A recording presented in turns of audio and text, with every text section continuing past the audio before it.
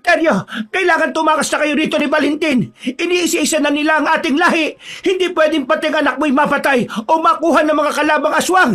Sumama na po kayo sa amin. Sigurado na pati kayo ipapatay ng mga yan, Nana Cheding. Hindi, dito lang ako. Ipagtatanggol ko ang ating mga kasama. Kahit pamamatay ako, hindi ako makapapayag na basta-basta lang nila tayo matatalo, Teryo. Sige na, itakas mo na rito si Valentin bago pa kayo mapansin ng mga kalaban. Sige po, Nana Cheding. Mag-iingat kayo. Sumunod na lang po kayo sa amin kapag natapos na ang labang ito. Pupunta kami sa kadayunan para hindi kami madaling makilala. Oo, mas mabuti pa nga, Oterio. Bigyan mo ng normal na buhay ang bata. Huwag mong itulad sa atin na sinusundan ng gulo. Hala, sige na, papalapit na rito ang mga aswang. Sige po, Nana Cheding. Valentin, anak, tayo na. Kailangan makarating tayo sa nayon para hindi nila tayo madaling masundan. Sige po, tatay. Pero sigurado po ba kayo na hindi na nila tayo masusundan? Oo naman. Magdadalawang isip muna sila bago sumugod. Marami ang mga tao ron at mabubuking ang tunay na pagkatao nila. At isa pa, alam din ng mga tao ang patungkol sa mga aswang. At natitiyak ko rin na handa ang mga tao sa kung anumang gulo na hatid ng mga yon. Sige po, alis na po tayo habang wala pang mga aswang dito. Sana nga hindi nila tayo mauli. Baka mamaya matulad tayo sa iba nating mga kanayon ni Tay eh. Huwag mo silang intindihin. Ang importante sa ngayon, makaligtas tayo at walang mangyaring masama sa atin, Valentin. Dahil iniisa-isa na ng mga aswang ang mga kanayo nila, naging maingat sa pagtakas sa mag-amang Mang Oterio at Valentin. Alam nilang kung hindi sila aalis sa kanilang nayon, pati sila ay madadamay sa gulo na gawa ng mga aswang. Nagtagumpay sila na makarating sa kanayunan na nasa bandang kapatagan.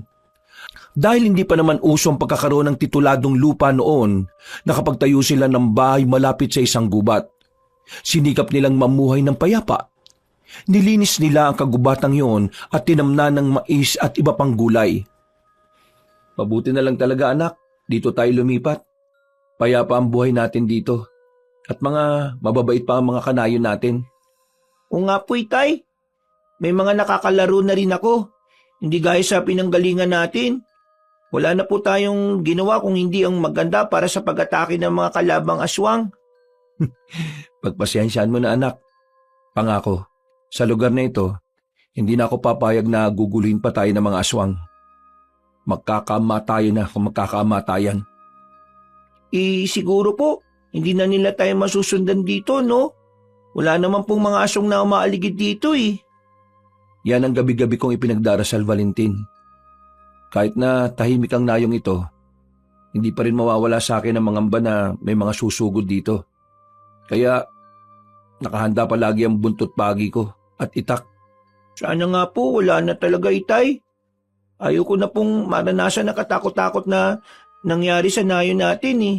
Hindi ko po kaya na makakita pa ng mga maraming dugo. Maging ako naman, Valentin, ganun rin. Kaya hanggat maaari, umiwas na lang tayo sa kanila. Sino po kaya ang nag-utos sa kanila para gambalain tayo, Itay? Hindi ko alam, anak. Mahirap din tong sitwasyon natin eh. Hindi natin alam kung sino talaga yung kalaban at kakampi. Oo nga po, Itay. Para tayong naiipit sa sitwasyong ito eh. Sa ngayon, ang mahalaga, tahimik ang buhay natin dito at hindi pa nila tayo natutunton. Dahil malapit ng gumabi, nagpasya na silang mag-ama na kumain ng hapunan at magpahinga. Kalaunan, napalingon na lang si Valentin nang marinig niyang humihilik na ang kanyang tatay. Ipipikit na rin sana niya ang kanyang mga mata nang may maulinigan siyang mga paghuni sa paligid. Hindi na sana niya papansinin yon. Pero may narinig siyang boses na sumisigaw at humihingi ng tulong. Mukhang may nangangailangan ng tulong ah. Di kaya mayroong pinagsasamantalaang babae? Paano kaya kung... Ha! Tatay Oterio! May sumisigaw po sa malayo! Tay! Ano ba yan, Valentin? Bakit hindi ka pa natutulog ha? Nung oras na oh. Tatay, may narinig po kong ingay eh. May humingi po ng tulong. Baka po kung napano na yun. Ha? Ingay? Wala naman ah. Meron po. Pakinggan nyo na maigi. Tulong! Tulungan niyo ako!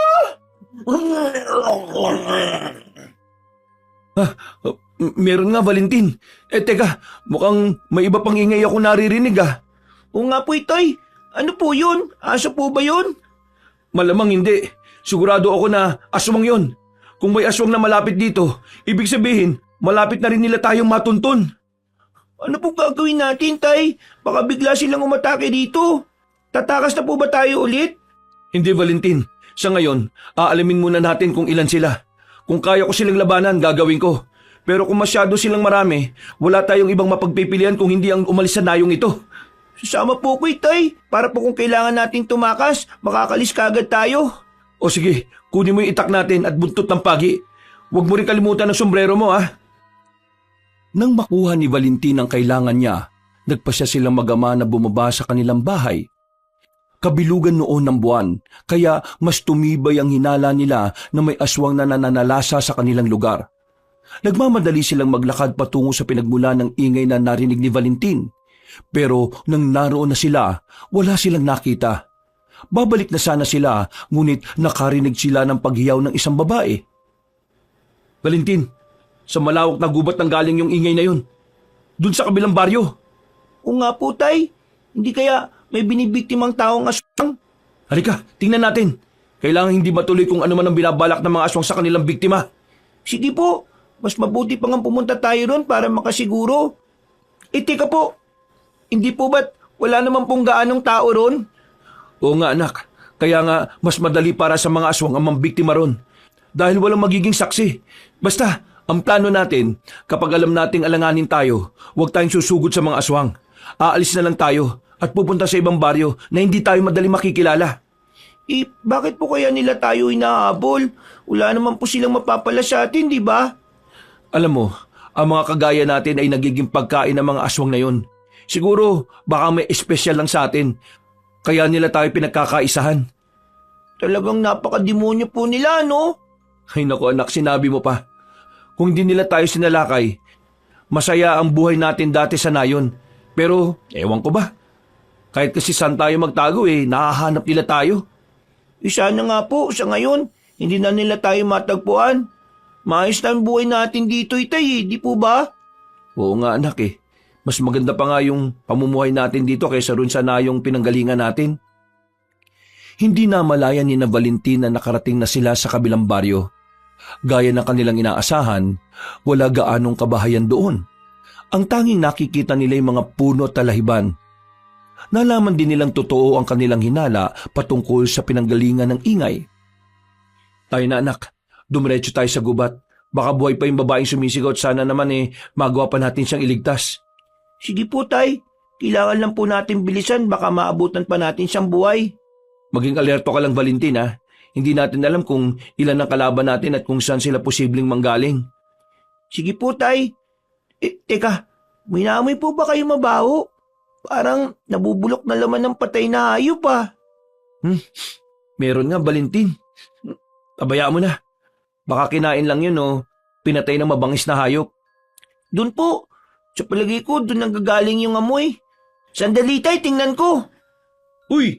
Valentin! Tay! Ali kayo rito! May patay na kalabaw dito, oh! Ha? Sigurado ka ba, Valentin? Sandali, nandyan na ako. Ito po, Tay, oh. Tingnan nyo. Nakakadiri po. Patay na kalabaw nga. Wakwak pang tiyan. At walang laman loob. Kung hindi po ako nagkakamali, aswang ang may gawa nito, no? Oo, sigurado yan. Halika na, puntahan na natin yung gubat at nang malaman natin kung tama yung kutob natin na nandun ang aswang. Sige po, pero wag po tayong magtagal, Tay, ha? Baka kasi marami sila, mahuli nila tayo. Oo naman anak, kailangan makalis kaagad tayo. Hindi tayo magpapasilo sa mga aswang na yun. Utak ang ating gagamitin laban sa kanila. Nagpatuloy sila sa kanilang paglalakad. Hindi na nila pinansin pa ang naamoy nilang nabubulok na laman. May nakita rin silang mga kalansay ng tao sa gilid ng daanan na marahil naging biktima rin ng aswang. Bago sila makapasok sa gubat, iginala muna ni Valentin ang kanyang pansin sa paligid. Pinakiramdaman niya ang ihip ng hangin doon hanggang sa makalangap siya ng malansang samyo. Tay, ganito po yung amoy ng hangin nung inatake tayo ng mga aswang, ha? Oo, naamoy ko rin anak. Hawakan mo lang ng mahigpit ang itak mo. At kung may aatake sa atin, huwag kang magdalawang isip na tagain yon. Sige po, Tay. Tatandaan ko po yung sinabi nyo. Ayun, may mga kaluskos sa banda ron. Halika nak, baka kung ano yung ginagawa ng aswang sa kanilang biktima. Sige po, Tay. Tandaan lang po tayo. Nasasabi ko lang sa iyo eh. Abutin mo nga itong kamay ko at ang makatayo ka kagad. Halika, di ka kasi nag-iingat eh. Pensyon na po, Tay, ha. Hindi ko po sinasadyang madapa eh. Salamat po. O siya, sige na. Baka may makapansin pa sa atin dito. Nakagawa ka na nga ng ingay eh. At hindi malabong malaman nilang kinaroroonan natin. Yan na pong kailangan nating gawin, Tay. Huwag kang mag-alala. Umalis na lang tayo sa bahaging to. Umikot tayo at nang makita natin kung talagang aswang nga yung gumagawa ng kaluskos na yan. Sinunod nila ang naging plano ni Mang Oterio. Ilang sandali pa, naaninag nila ang isang babaeng nakadapa. Wala na roon ang aswang, kaya naisip nilang baka nagtagumpay ang nilalang sa kanyang pambibiktima. Marahang nilapitan ni na Valentin ang inakala nilang bangkay ng babae. Pagkalapit nila rito, pinagtulungan nila ang katawan na yun para ipihit. At halos mapaigtad ang bata nang biglang napaupo ang babae. Nakita nilang nagbabagat ng lilisik ang mga mata nito. Napatras sila ng ilang hakbang dahil sa pangambang aatake ito sa kanila. Aswang yan, anak! Humanda ka! Naisahan nila tayo! Walang yang aswang yan, Tay. Munti ka na tayo, ah. Hoy, ikaw aswang! Saan mo dinala ang babaeng biniktima mo? Anong babaeng biniktima? Wala akong binibiktimang babae. Huwag mong sabihin na ikaw lang ang mag-isang gumawa ng ingay. Bakit? Anong pakay mo? Tinatanong pa ba yan? Kayong mag-ama, akala ba ninyo'y makakaligtas kayo? Papatayin ko kayong dalawa! Lalo ka na, Oterio!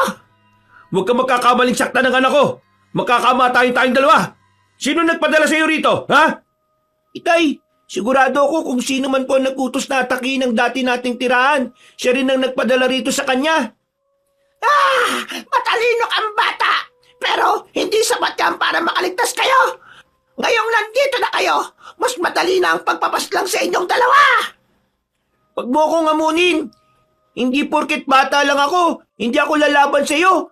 Sinanay yata ako ng tatay ko na makipaglaban kahit sa murang edad. Kaya, huwag mo akong malitin. At sino ka para malitin? Bata ka lang, at yung tatay mo, napakahina naman. Duwag! Sige, tumayo ka at sumugod sa akin. Tingnan natin kung sino ang duwag sa ating dalawa. Bakit ako susugod sa iyo kung kaya ko namang unahin ang anak mo? Sa isang pag-isap ng mga mata ni Valentin, tumayo ang babaeng aswang. Susugod sana ito sa kanya pero bagya siyang itinulak ni Mang Oterio. Napaangil ang aswang. Nang makita niya ang buntot ng pagi na hawak ng lalaki, napangisi siya at nakipagpambuno kay Mang Oterio. Nanatili namang nakatitig sa kanila si Valentin. At inabangan niya ang susunod na mangyayari. Walang ano-ano, nabitiwan ni Mang Oterio ang hawak niyang buntot ng pagi. Tingnan natin kung hanggang saan ang kakayahan mo. Sige, Oterio! Ilabas mo ang tunay mong katauhan. Labanan mo ako ng mano-mano. Wala akong dapat na ilabas. Oo, lalabanan kita. At kahit na mas malakas ka, hindi ako magpapatalo sa iyo. Tingnan lang natin kung ano magagawa mo kapag ako naman ang nakapakibabaw sa iyo. Sige, gawin mo kung anong kaya mo. Paghugot ng lakas ni Mang Oterio ay agad niyang napaibabawan ng aswang. Walang iya ka, Oterio! Akala mo ba'y madali mo ako matatalo? Sige po, Tay! Talunin niyo ang aswang na yan! Ang mga kagaya niya hindi dapat hinayaang mabuhay! Baka may iba pa siyang mabiktima eh! Dapat ibig ka, bata! Ikaw ang susunod ko sa ama mo! Ikaw ang patatahimikin ko habang buhay! Akala mo ba'y hahayaan kita makatakas? Lahat ng mga aswang na kasamahan mo ay papatayin ko rin! Gawin mo! Pero isinusumpa ko! Muli ninyong dadanasin ang naging karanasan nyo sa nayo na pinanggalingan ninyo! Nang mga panahong yon, humugot ng kanyang lakas si Mang Oterio. Mas hinigpitan pa niya ang pagkakasakal sa aswang. Pero sa hindi niya inaasahan, kinalmot siya nito sa muka. Napabitaw roon ang ama ni Valentin at nagkaroon ng pagkakataon ng aswang para makaalis sa pwesto niya. Nagmadali namang pinulot ni Valentin ang buntot ng pagi. Nang lalatiguhin na niya ang babaeng aswang, napatras ito at napaangil. Susugurin pa sana ng aswang ang bata, pero napatayo si Mang Oterio at tumakbang patungo sa harapan ni Valentin. Nakakatawang magama. Akala ba ninyo ay kaya niyo ako? Simulan na ninyo ang magtago dahil sinisiguro kong malalaman ng lahat ng mga kasamaan ko kung saan kayo nakatira. Walang iya ka! Kayo ang kailangan magtago! Kapag ginambala niyo kami, tutugisin ko kayo at iisa-isahin! Ngayon, napatunayan na natin sa ating dalawa, ikaw ang duwag! Ano na, babaeng aswang? Lumapit ka rito! Tikman mo ang buntot ng pagi! Ha? Ano akala mo sa akin, Bobo? Sige lang, sa inyo na ang gaping ito. Pero sa susunod, tinitiyak kong matutulad kayo sa mga kadayo ninyo! Hindi mo kami matitinag! Umalis ka na rito bago ka pa namin tuluyan, aswang! Huwag ka nang babalik sa lugar na ito! Sige, kung ayaw mong tumama sa yung buntot ng paging ito, alis na! Ha? Diyan na kayo, manggaba! Huwag na kayong umasa ng mapayapang buhay! Tutugisin namin kayo at papatayin! Wala na. Tumakbo na pala yung duwag na aswang na yon. Ang akala ko magpapatayan kami. Aalis din pala siya sa ilalim ko. Sana po, tinuluyan na ninyo tay. Maliban sa duwag, hambog pa. Hayaan mo na anak. Makakaharap ko rin ang aswang na yun sa susunod.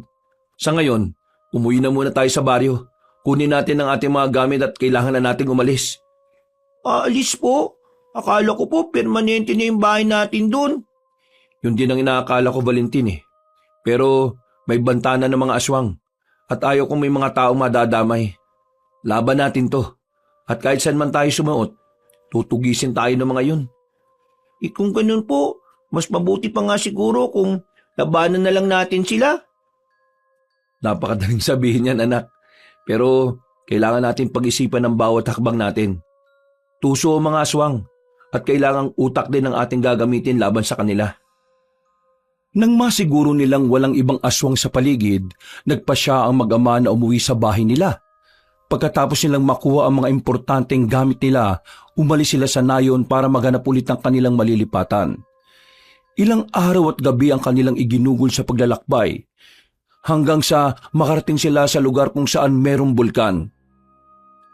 Manatili na muna tayo rito. Ang kailangan muna natin gawin ang maghanap ng masisilungan natin, Valentin. Meron naman po kayang kabayan dito. Parang puro mga kakahuyan lang naman ang nandito tay. Nakakatakot nga. Baka isa pala itong patibong na mga aswang. Makikiramdam na lang tayo hanggang sa susunod na gabi. Kung may mapapansin tayong kakaiba, di aalis tayo rito. Sa ngayon, wala tayong mapagpipilian kung hindi ang dumito na muna. Ay, sandali po tay. Ayun may maliit na kubo. Ano kaya kung puntahan natin yun?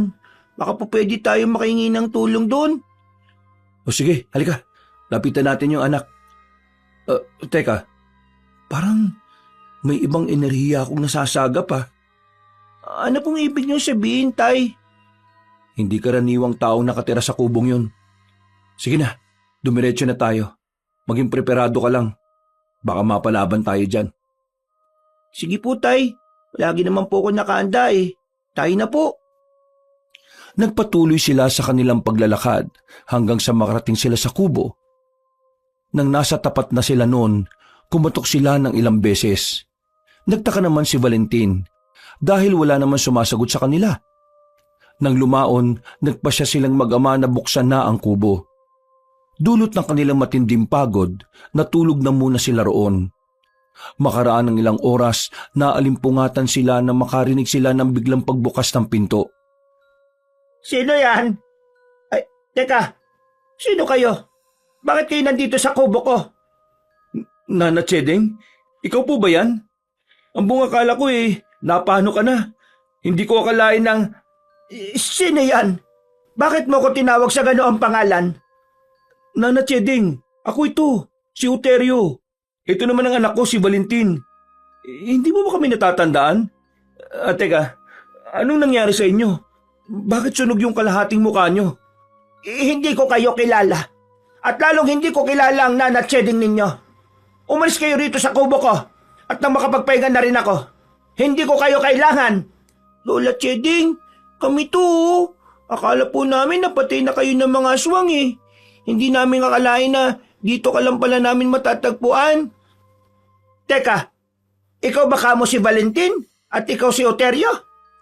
Opo, kami po ito. Kami yung pinatakas nyo mula sa dati nating nayon. Diyos ko po, buhay rin kayo. Ay, pasensya na kayo at makakalimutin na talaga ako.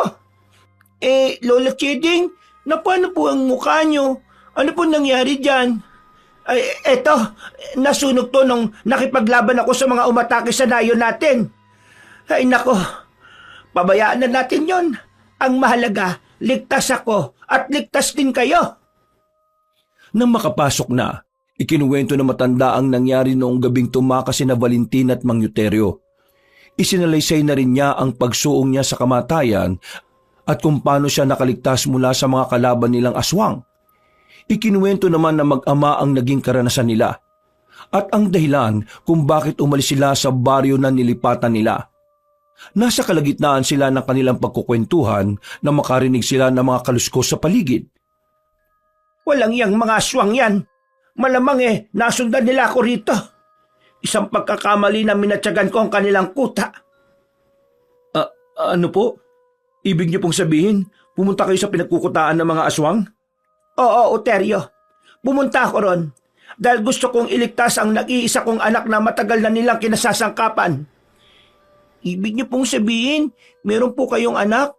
Bakit po hindi namin siya nakita, Lola Cheding? Oo, meron, Valentin. Para maipsan ang pangungulila ko sa kanya. Madalas na palima ko nagmamasid sa kanya mula sa malayo.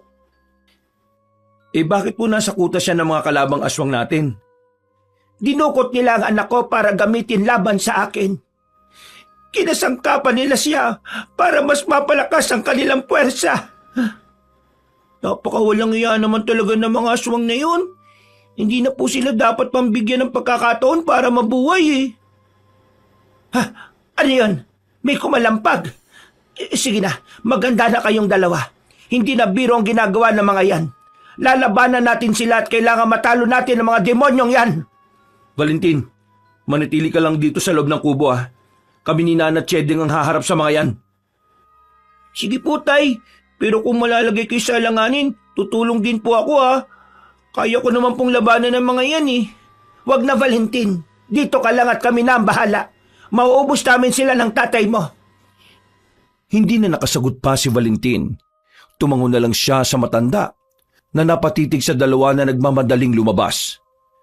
Sa pamamagitan ng siwang, pinanood niya ang nagaganap na labanan sa pagitan ng dalawa at ng mga aswang. Nagtaka pa siya kung bakit mabilis ang naging galaw ng kanyang tatay at maging si Nana Cheding. Makaraan lang ang halos 15 minuto, nagawa nilang mapatay ang mga aswang na nakalaban nila. Nang makabalik ang dalawa sa kubo, napansin ni Valentin na iba ang ekspresyon ng mukha ng matanda at may kung ano siyang iniinda. Nana Cheding, may sugat po kayo sa tiyan. Hali po kayo at gagamutin natin yan. O nga po, Lola. Duguan na pong damit ninyo. Huwag na kayo mag-alala sa akin. Mababaw lang naman ito. Laway lang ang igagamot ko. Maghihilom din ito. Iba talaga kapag medyo matanda na. Nasasapawan ng lakas at liksi. Nasasapawan po? Ang lakas at ang bilis nyo nga po eh. Hindi ko akalain na ganun kayo kabilis ni tatay. Parang katapat lang ninyo yung kakayahan ng mga aswang na yun eh. Ganun talaga, Valentin. May mga pagkakataon na kailangan mong ibigay ang buong kakayahan mo para hindi ka matalo ng mga kalaban. Teka, aray, masakit. Ano po nangyayari, Lola Cheding? Bakit biglang lumaki ang sugat mo? Hindi. Aray ko, ang sakit. Oterio, tulungan mo ako. Hindi ko inaasahan to. Sobrang sakit nito. Aray! Nana Cheding, sandali. Kailangan magamot natin yan. Teka, unitin ko na muna itong damit na nakatakip sa sugat ninyo ah. Ipinako ni Valentin ang kanyang paningin kay Nana Cheding.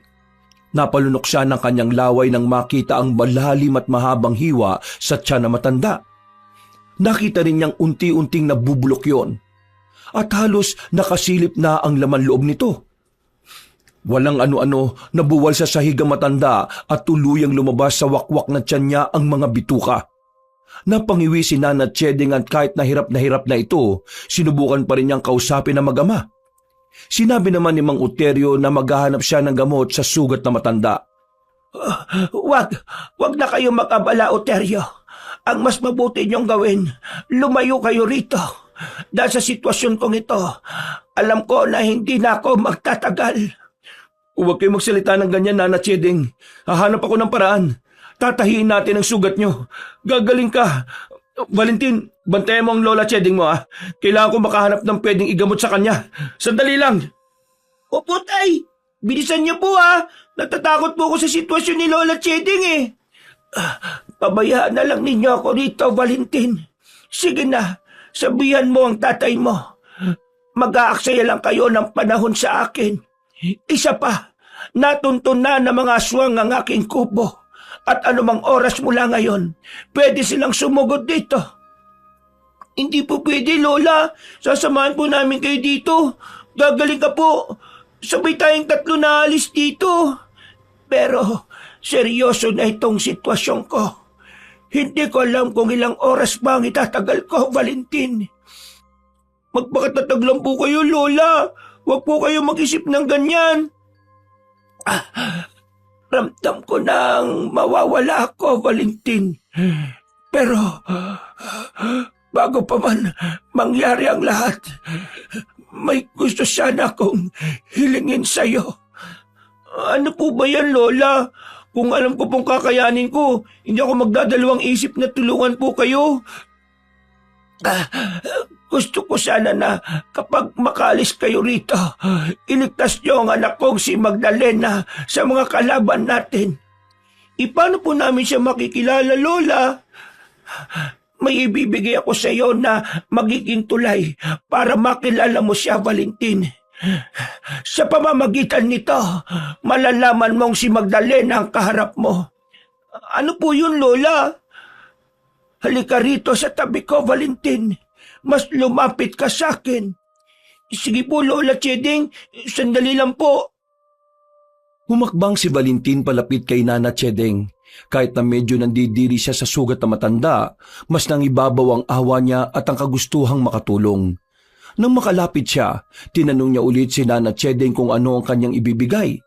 Sumenyas na lang ang matanda na ilapit ni Valentin ang bibig niya sa matanda. Naagad naman niyang ginawa.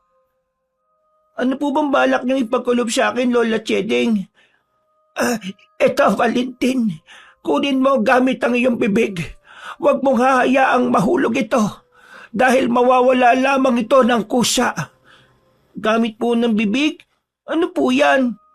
Isang mutya, Valentin. Sige na, iluluwa ko na. Kunin mo gamit ang bibig mo. Opo, sige po, Lola. Ito na, Valentin. Kunin mo. Ano po bang mutya to, Lola? Bakit sobrang pait at parang napapaso yung aking lalamunan? Huwag mong iluluwa. Hayaan mong pumasok sa loob ng katawan mo ang mutya. Ang mutyang yan ang magbibigay sa iyo ng pambihirang lakas at liksi, Valentin. Malalaman mo rin kung kasama mo ang anak ko dahil mag-iba ang pakiramdam mo. Anong mutya po ba ipinasa niyo sa akin, Lola Cheding? Hindi mo na kailangan pang malaman, Valentin. Ang importante, may liligtas ka niyan at magagawa rin ninyong mailigtas ang anak ko. Ngayon pa lang. Lola Cheding, ano nangyayari sa inyo? Huwag na po muna kayo magsalita. Hintayin na lang po natin makabalik si Tatay Uterio. Ngayon pa lang, nagpapasalamat na ako sa iyo. Hindi na ako magtatagal, Valentin. Naipasa ko na sa iyo ang mutya. Handa na akong mamatay. Dahil panatag na ako na tutulungan niyo ako at pati na si Magdalena. Hindi po, gagaling pa po kayo. Magtiwala lang kayo kay tatay. Tibayan niyo po ang loob niyo. Kanina pa sana ako namatay kung hindi lang dahil sa mutyang naipasa ko sa iyo. Ngayong wala na sa akin yon. Lola Cheding, Hindi pa po kayo mamamatay. Paparting na po si tatay. Lola Cheding! Lola! Valentin, nandito na ako. Dala ko na yung gamot at tinik na pwedeng gamitin para tahiin ang sugat ni Nana Chedeng. Teka, bakit hindi na siya gumagalaw? Valentin, ano nangyari? Wala na po si Lola Cheding, tay. Bigla na lang siya nagsuka ng dugo. At yan po, nalagutan na siya ng hininga. Hindi to maaari. Hindi pwedeng mamatay si Nana Chedeng. Hindi pa natin alam kung saan ang kuta ng mga kalaban. Hindi pa natin nabawi ang anak niya mula sa mga aswang na yun. Nana Chedeng, gumising kayo! Nana! Bago po siya nawala, may pinasa po siya sa akin na isang bagay. Ha? Ipinasa? Ano yun, anak? Mutya po, batong luno. Nung malunok ko nga po, sobrang init sa lalamunan eh. At naramdaman ko rin ang init na yun sa buong katawan ko. Kung ganun, baka totoo yung sabi-sabi patungkol sa kanya na may tangan siyang mutya. Sana anak, hindi mo na lang tinanggap eh. Hindi natin alam kung anong epekto nun sa'yo. Gusto niyang may pasa sa akin para maprotektahan ko raw. Hindi ko naman po alam kung ano talaga yun eh. Kaya tinanggap ko. Pagkatapos niyang may pasa sa akin ng mutya, bigla siyang nagkaganyan hanggang sa namatay na siya. Hayaan mo na. Basta, kapag may naramdaman kang kakaiba, sabi mo kagad sa akin ha. Ano po bang mutya na yun, tay? Saka, ano po ba si Nana Chedeng? Bakit may ganun siyang mutya? Hindi ako sigurado, Valentin. Saka na natin alamin ang bagay na yan. Sa ngayon, tulungan mo na muna ako. Ilibing natin siya na maayos. Sige po, tay. Ano pong binabalak niyong pagkatapos? Aalis tayo at magsisimula tayo sa paghahanap sa mga kalaban. Kailangan matuldukan natin ang paghasik nila ng lagim. Hindi abang buhay, magtatago na lang tayo, tatakas sa mga yon. Pinagtulungan nilang buhati ng bangkay ni Nana Chedeng. Nagkukay sila ng libingan at inilibing doon ng matanda. Pagkatapos nito, kinuha nila ang mga dalang kagamitan nila at umalis sa lugar na yon. Kahit na hindi nila alam kung saan nila matatagpuan ang mga kalaban nila, mas pinili nila ang maglakbay para hanapin ang mga yon. Halos mahigit 2 linggo rin silang naglakbay hanggang sa may natanaw silang maliit na nayon. Dahil inabot sila ng dilim, Tay, nagugutom at nauuhaw na ako. Pwede ba tayong pumunta dyan? halika anak, tingnan natin kung pwede tayo makahingi ng pagkain at tubig dyan. Sige po, tay. Mukhang mga mababait naman po siguro yung mga nakatira dyan eh. Sana nga lang, Valentin. Basta, mag-iingat tayo. Kailangan na hindi nila malaman kung sino talaga tayo at kung saan tayo nanggaling. Opo, tay. Maganda na lang tayo para kung mga kalaban pala natin sila, kaya natin protektahan ang sarili natin. Tama anak.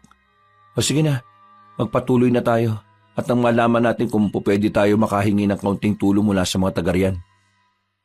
Nang magsimula na silang maglakad, ilang beses na nakaramdam ng kakaiba si Valentin. Nanikip ang kanyang dibdib at halos hindi na siya makahinga. Ganun pa man, itinago niya yon sa kanyang tatay at nagpatuloy na lang siya sa paglalakad. Nang malapit na sila sa nayon, mas tumindi pa ang kanyang nararamdaman. Nanghina ang kanyang katawan hanggang sa tuluyan siyang bumagsak sa lupa. Valentin, anong nangyari sa iyo anak? Bakit ka biglang bumagsak? Nanghina po ko, tay. Pakiramdam ko, may umigo po ng lakas ko. Huwag kang panghinaan ng loob. Labanan mo kung anumang enerhiyang sumusubok na mangibabaw sa iyo. Huwag kang magpapatalo dyan, anak. Sige po, susubukan ko po. Pero parang hindi ko na po kaya eh. Pakiramdam ko po. At nakita ko ulit kayong dalawa. Ngayon, may pagkakataon na akong patayin kayo. Sino ka? Ikaw yung aswang na minsan naming nakalaban sa loob ng kagubatan. Sa muli natin pagtatagpong ito, mamalasing ka na. Kung hindi kita napatay dati, ngayon, tutuluyan na kita. Tay, parang pinipiga ang puso ko na hindi ko maintindihan. Sobrang sakit po. Aray! At ano nangyayari sa batang yan? Huwag niyong sabihin na dadaanin niyo lang sa drama ang lahat. Hindi bale, pagkatapos ng gagawin ko, mas magiging makatotohanan na rin naman yan eh. Anak, tumayo ka. Tumakas na tayo. Kailangan mo magamot at baka kung ano pang mangyari sa'yo. Hindi ka pwedeng mawala sa akin. Tama na yung drama ninyo. Mga mahihina, mga kagaya nyo ay hindi dapat pang mabuhay. Pabayaan mo na kami. Hindi magandang sitwasyon ng anak ko. Kailangan niyang madala sa nayon at nang magamot. At sa palagay ba ninyo, tatanggapin ko yan? Kapag nalaman nila ang totoong pagkatao nyo, papatayin nila kayo. Teka, hindi ba't pati kayo ay mga aswang din? Anong pinagsasabi mong aswang kami? Ikaw lang ang aswang sa ating tatlo. Itay, sige. Labanan na po ninyo ang aswang na yan at huwag na muna ninyo akong intindihin. At bakit? Hindi pa ba sinasabi ng tatay mong totoo ninyong pagkatao? Bakit mo siya tatanungin ngayon? Tumimik ka, aswang! Ang dapat sa mga kagaya mo'y patayin. Kung nakaligtas ka man nung nakaraan, ngayon hindi na! Binitiwan ni Mang Uterio ang hawak niyang buntot ng pagi. Ipinako naman ni Valentin ang paningin niya sa kanyang ama. Bahagya na lang siyang napanganga nang makita niyang palundag na umatake ang tatay niya sa babaeng aswang. Nagsimula silang maglaban at habang nakikipapambuno si Mang Uterio sa aswang, biglang naalala ni Valentin ang sinabi sa kanya ni Nana Chedeng. Itay, baka siya po yung anak ni Lola Chedeng. May sinabi po siya sa akin bago siya namatay eh. Baka ang paninigip ng dibdib ko ang palatandaan na siya na ang matagal na hinahanap ni Lola Chedeng. Ha? Sigurado ka, anak? Hindi ko alam ang mga pinagsasabi nyo. Wala akong ina. Huwag kayong gumawa ng kwento. Dahil kahit na anong gagawin nyo, hindi na kayo makakaligtas. Tama na yan. Pakinggan mo ang aming sinasabi. Matagal ka nang gusto makasama ni Nana Chedeng. Marahil hindi mo siya kilala dahil kinuha ka ng mga aswang nun. Pero maniwala ka sa amin. Maniwala ka, Magdalena. Paano mo nalaman ang pangalan ko? Akala niyo ba malilin lang niyo ako? Nagkakamali kayong dalawa sa pinaglalaruan niyo. Kasama namin si Nana Chedeng, na nanay mo. Pero kung talagang ayaw mo makinig sa amin, at kung hindi lang din ikaw ang hinahanap namin, pasensyahan na lang tayo. Mas naging agresibo ang aswang, pero nagawa siyang labanan ni Mang Uterio. Habang nakamasid sa kanila si Valentin, may napansin siyang kakaiba sa kanyang ama. May mga balahibo sa buong katawan niya at nagbabaga rin ang kanyang mga mata na kagaya ng sa babae. Magtatanong sana siya sa tatay niya kung bakit siya nagkakaganon, pero sa hindi inaasahan, nagawang ibalibag ni Magdalena ang ama niya. Tumilapon si Mang Uterio at hindi agad nakabangon. Talagang napakademonyo nyo. Kahit na anak ka pala ni Lola Chedeng, hindi kita mapapatawad sa ginawa mo kay tatay. Umanda ka! Ano naman ang magagawa ng isang paslit na kagaya mo? Sige nga, lumapit ka rito at nang masukat natin ang kakayahan mo! Hindi ako natatakot sa inyo. Ngayon, malalaman natin kung anong bisa nang ibinigay sa akin ng nanay mo. Sige bata, halika na rito. Umpisa na natin ang labang ito. Anak, mag-iingat ka sa aswang na yan. Sandali at tutulungan na kita. Sasali ka pa talaga? Sige, kahit ilan pa kayo, hindi ako susuko sa inyo. Tingnan natin ang angas yung mag-amang aswang. Hindi kami aswang. Ikaw ang aswang, Magdalena. Anong hindi kayo aswang? Nakita mo naman kung paano magbago ang anyo ng iyong ama, hindi ba? Aswang siya at aswang ka rin. Puro kasatsat. Kung hindi ka naman makikinig sa amin at paiiralin mo ang katigasan ng puso mo, dapat ka nang mamatay! Nang makita ni Valentina humakbang na papalapit ang kanyang tatay, tumakbo na rin siya para sugurin ang nilalang. Hawak niya ang buntot ng pagi. At nang medyo malapit na siya sa nilalang, buong lakas niya itong hinambalos. Dahil sa liksi niya, hindi agad nakailag si Magdalena. Tinamaan ito sa dibdib na naging rason para mapatras siya. Nagmadali namang lumapit sa aswang si Mang Uterio at sinipa ito sa tiyan. Napaangil ang aswang at mas naging mabalasik ang kanyang muka. Kahit na ano bang gawin niyo sa akin, hindi mo mababago ang katotohanan na isa kang aswang! Oo na, isa akong aswang, pero hindi ako kagaya ninyo. Ang mga kanayon ko ay mga aswang din, ngunit hindi kami kumakain ng laman ng tao. Kontento kami sa mga hayop. Kung ganun po, Totoong sinabi ng babaeng yan, Itay. Kaya po pala kakaiba rin ang liksi ninyo. At nakita ko kayo kanina na naganyong aswang. Oo, bata. Totoong narinig mo. Mga aswang kayo. At ang mga uri ninyo ay nagiging pagkain lamang namin. Baka nakakalimutan mo. Kauri ka rin namin. Anak ka ni Nana Chedeng. Wala akong pakialam kung kadugo ko man siya. Hindi ako magiging kagaya niya na mahina at walang binatpat. Sinanay ako ni Pinunong Leandro para maging malakas at kahit kailan, hindi ako magiging kagaya ninyo. Wala akong pakialam kung sino ang nagsanay sa'yo. Mamili ka na lang ngayon. Magiging kakampi ka namin o magiging kaaway? Alam mo na kung ano ang sagot yan, lalaki. Ngayon, kayo naman ang papipiliin ko. Magiging kakampi ko kayo o magiging pagkain? Hindi ko na kailangan pagsagutin ang tanong mo, Magdalena. Alam mo na kung ano ang tugon ko. Kung gayon, tapos na ang usapan. Patayin ko na kayo! Inatake ni Mang Uterio si Magdalena. Nanatili naman si Valentin sa kanyang pwesto at inabangan kung ano ang susunod na mangyayari. Habang nasa ganong sitwasyon, napaisip siya ng malalim patungkol sa kanyang tunay na pagkatao. Walang ano-ano, napaungol ng malakas si Mang Uterio. Bigla siyang nabuwal at inibabawa ng babaeng aswang. Gumulong silang dalawa habang nakikipagpambuno sa isa't isa. Hindi mo ako kakayanin! Sinasabi ko naman sa'yo, mahina kayo! Diyan ka nagkakamali. Kahit na mahina kami sa paningin nyo, hindi kami madaling sumuko. At marahil, yan ang pinagkaiba natin. At talaga, tingnan natin kung anong magagawa mo kapag sinakal na kita ng buong higpit. Hanggang sa pumutok yung mga ugat mo sa leeg. Tigilan mo ako. Humanda ka sa akin. Papatayin kita. Sige, ipakita mo sa akin ang lakas mo. Lumabang ka kahit na sinasakal kita.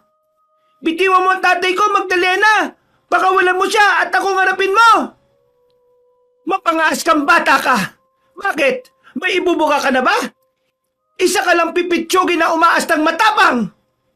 Valentin, anak! Umalis ka na rito! Huwag mo nang isipin kung siya man ang anak ni Nana Chedeng. Basta, iligtas mo ang sarili mo! Ipaubaya mo na lang sa akin ang labang ito! Hindi po, tay! Sasamahan kita hanggang dulo!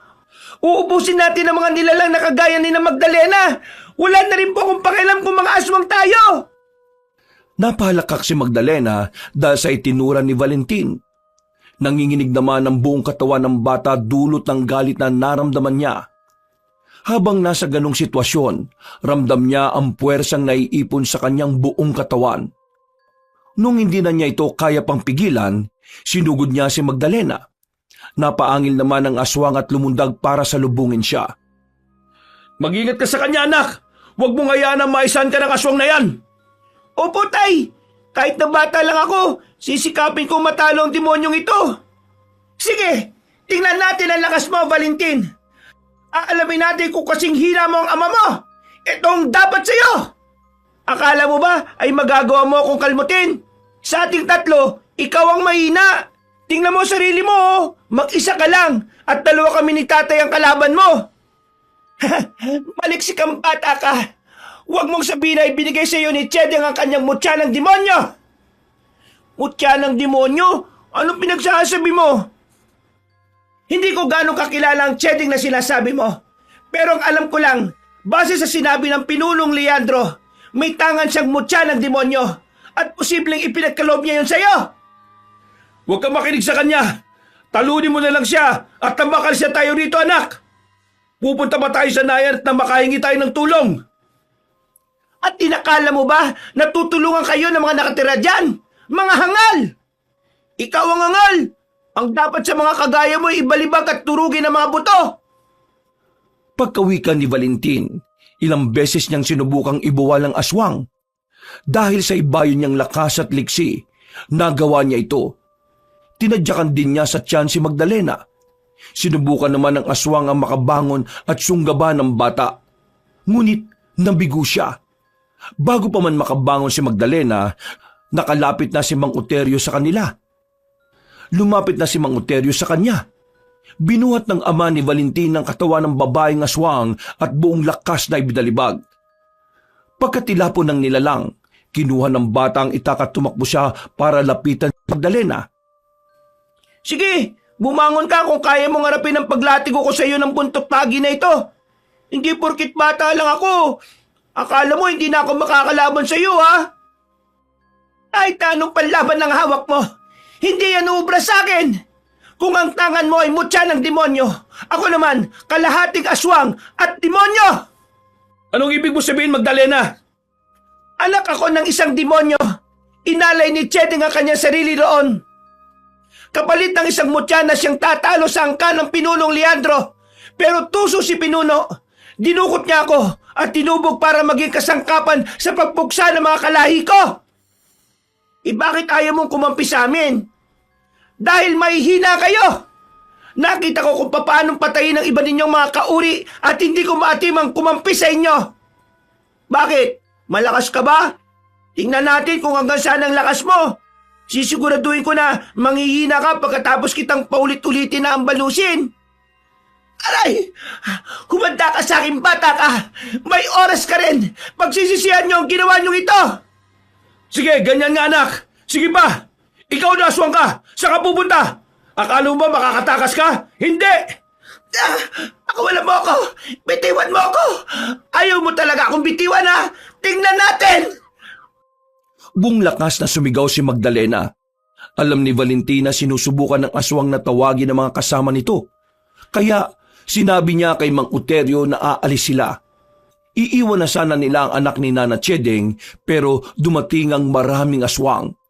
Napalunok ng kanyang laway si Valentin. Hindi niya inaasahan ang dami ng mga nilalang na nakahandang umatake sa kanila. Ano? Natanggal ang angas niyo sa katawan, ano? Sige mga kasama, atakin niyo ang dalawang ito at ipakita ang natatangi nating lakas! Sige, lumapit kayo sa amin at nang mamatay itong kasama ninyo. Anong gagawin natin, Tay? Baka hindi natin sila kayanin. Kakayanin natin sila. May mutya ka ng demonyo at magagamit mo yan laban sa mga kalaban natin. Huwag niyong pakinggan ang sinasabi ng mag-amang ito. Halina kayo at ang matapos na ito! Inakala ba ninyo na matatalo nyo kami ng ganun lang kadali? Nagkakamali kayo! Ay, papalapit na yung mga kalaban natin dito sa atin. Napapaligiran na nila tayo. Sige! Harapin niyo sila at nang malaman niyo kung gaano kalakas. Kahit anong gawin ninyo, hindi niyo ako kaya! Nagawang makapiglas si Magdalena. Sasabihan pa sana ni Valentin ang kanyang tatay patungkol doon. Pero sumenyas ito na pabayaan na lang yon. Tumakas ang nilalang at dahil napapaligiran na sina Valentin ng mga aswang, wala na silang nagawa kung hindi ang ihanda ang kanilang mga sarili. Hayaan mo ako nasa harapan. Alalayan mo lang ako kung sakali. Baka kasi kung ano pa mangyari sa iyo anak eh. Masyado marami ang kalaban natin. Sige po, Tay. Sandali, kukunin ko muna yung itak. Gusto mo po bang ikaw na gumamit nun? Wag na, ikaw na lang. Lalabanan ko sila ng mano-mano. Kung ganun po, ito na lang muna buntot ng pagi ang aking gagamitin. Mamaya ko na kukunin yung itak kapag tapos na nating labanan ng mga aswang na yan. Kayo mga aswang, bakit parang nagdadalawang isip kayo lumapit? Natatakot ba kayo? Ano pang hinihintay nyo? Sumugod kayo at matapos na ito. Oo nga. Kahit na dalawa lang kami ni Tatay, hindi kami natatakot sa inyong lahat. Lumapit na kayo dito at nang matikman nyo na ang gupit nitong hawak ko. Papalapit na sila rito anak. Sige na, dito ka sa bandang likuran ko. Kailangan matapos natin ang labang ito nang walang nangyayaring masama. Uubusin natin ang mga ito at harapin ang kanilang pinuno. Opo, Itay. Pero mag-ingat tayo sa mga nilalang na yan, ha? Napalingon si Mang Uterio kay Valentin saka tumango. Napatras naman ang bata nang makita niya ang anyong aswang ng tatay niya. Dahil nakita niya sa malapitan yon, nakumpirma niyang tama ang kanyang hinala at maging ang sinabi ni Magdalena. Magsasalita pa sana siya, pero nakita niyang ilang dipan na lang ang layo ng mga aswang. Minabuti na lamang niyang ituon ang pansin nila sa mga yon. Sumugod si Mang Uterio sa mga nilalang at si Valentin naman ay hinambalo sa mga aswang na lumalapit sa kanya. Mga demonyo kayo! Hindi kami natatakot sa inyo! Kahit na ilan pa kayo! Pagkatapos ng gabing ito, sigurado magiging bangkay na kayong lahat. Valentin, anak, maging alerto ka palagi ha. Sige po, Tay. Kaya ko pa naman po silang labanan eh. Dahil sa mutang ipinasa sa akin ni Lola Cheding. Huwag kang maging kampante masyado. Mga biyasa ang kalaban natin. Sige po, tatandaan ko pong sinabi nyo. Pero wag na po ninyo muna akong intindihin. Kaya ko na po ang mga umaatake sa akin, Tay. Basta mag-iingat ka anak ha. Opo, Tay. Kayo rin po. Habang abala si Mang Otero sa pakikipagpambuno sa mga aswang, ginamit naman ni Valentin ang kakaibang liksi at lakas niya nang mula sa mutya. Nagulat pa ang mga aswang na kanyang nakalaban na makita nilang madali lang para sa bata ang labanan sila kahit pa na maliit ito at kulang pa sa kasanayan.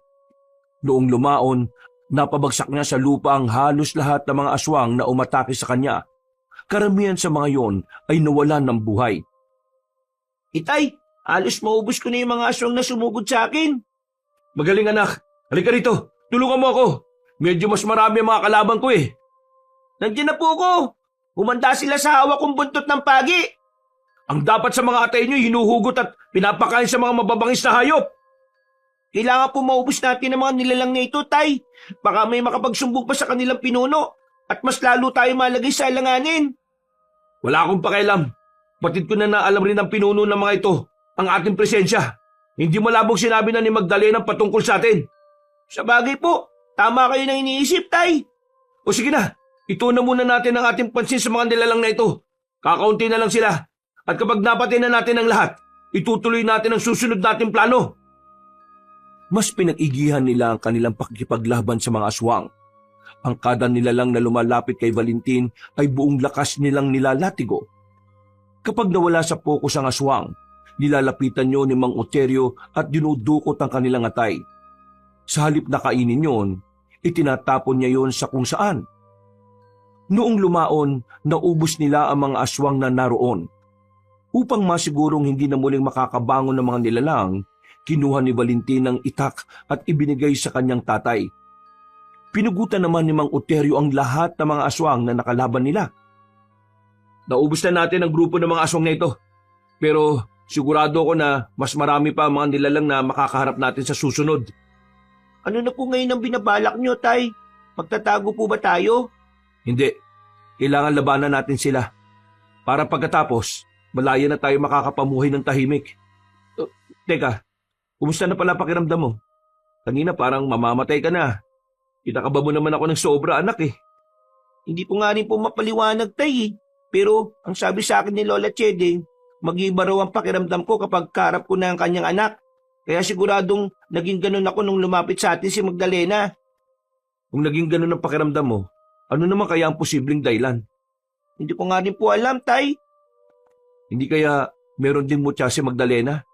Kaya may nararamdaman kang kakaiba kapag nandyan siya? Teka po, hindi po ba ang sabi niya, anak siya ng isang demonyo? Baka yun pong dahilan, Tay. Hindi ko inakalang ganun ang nangyari.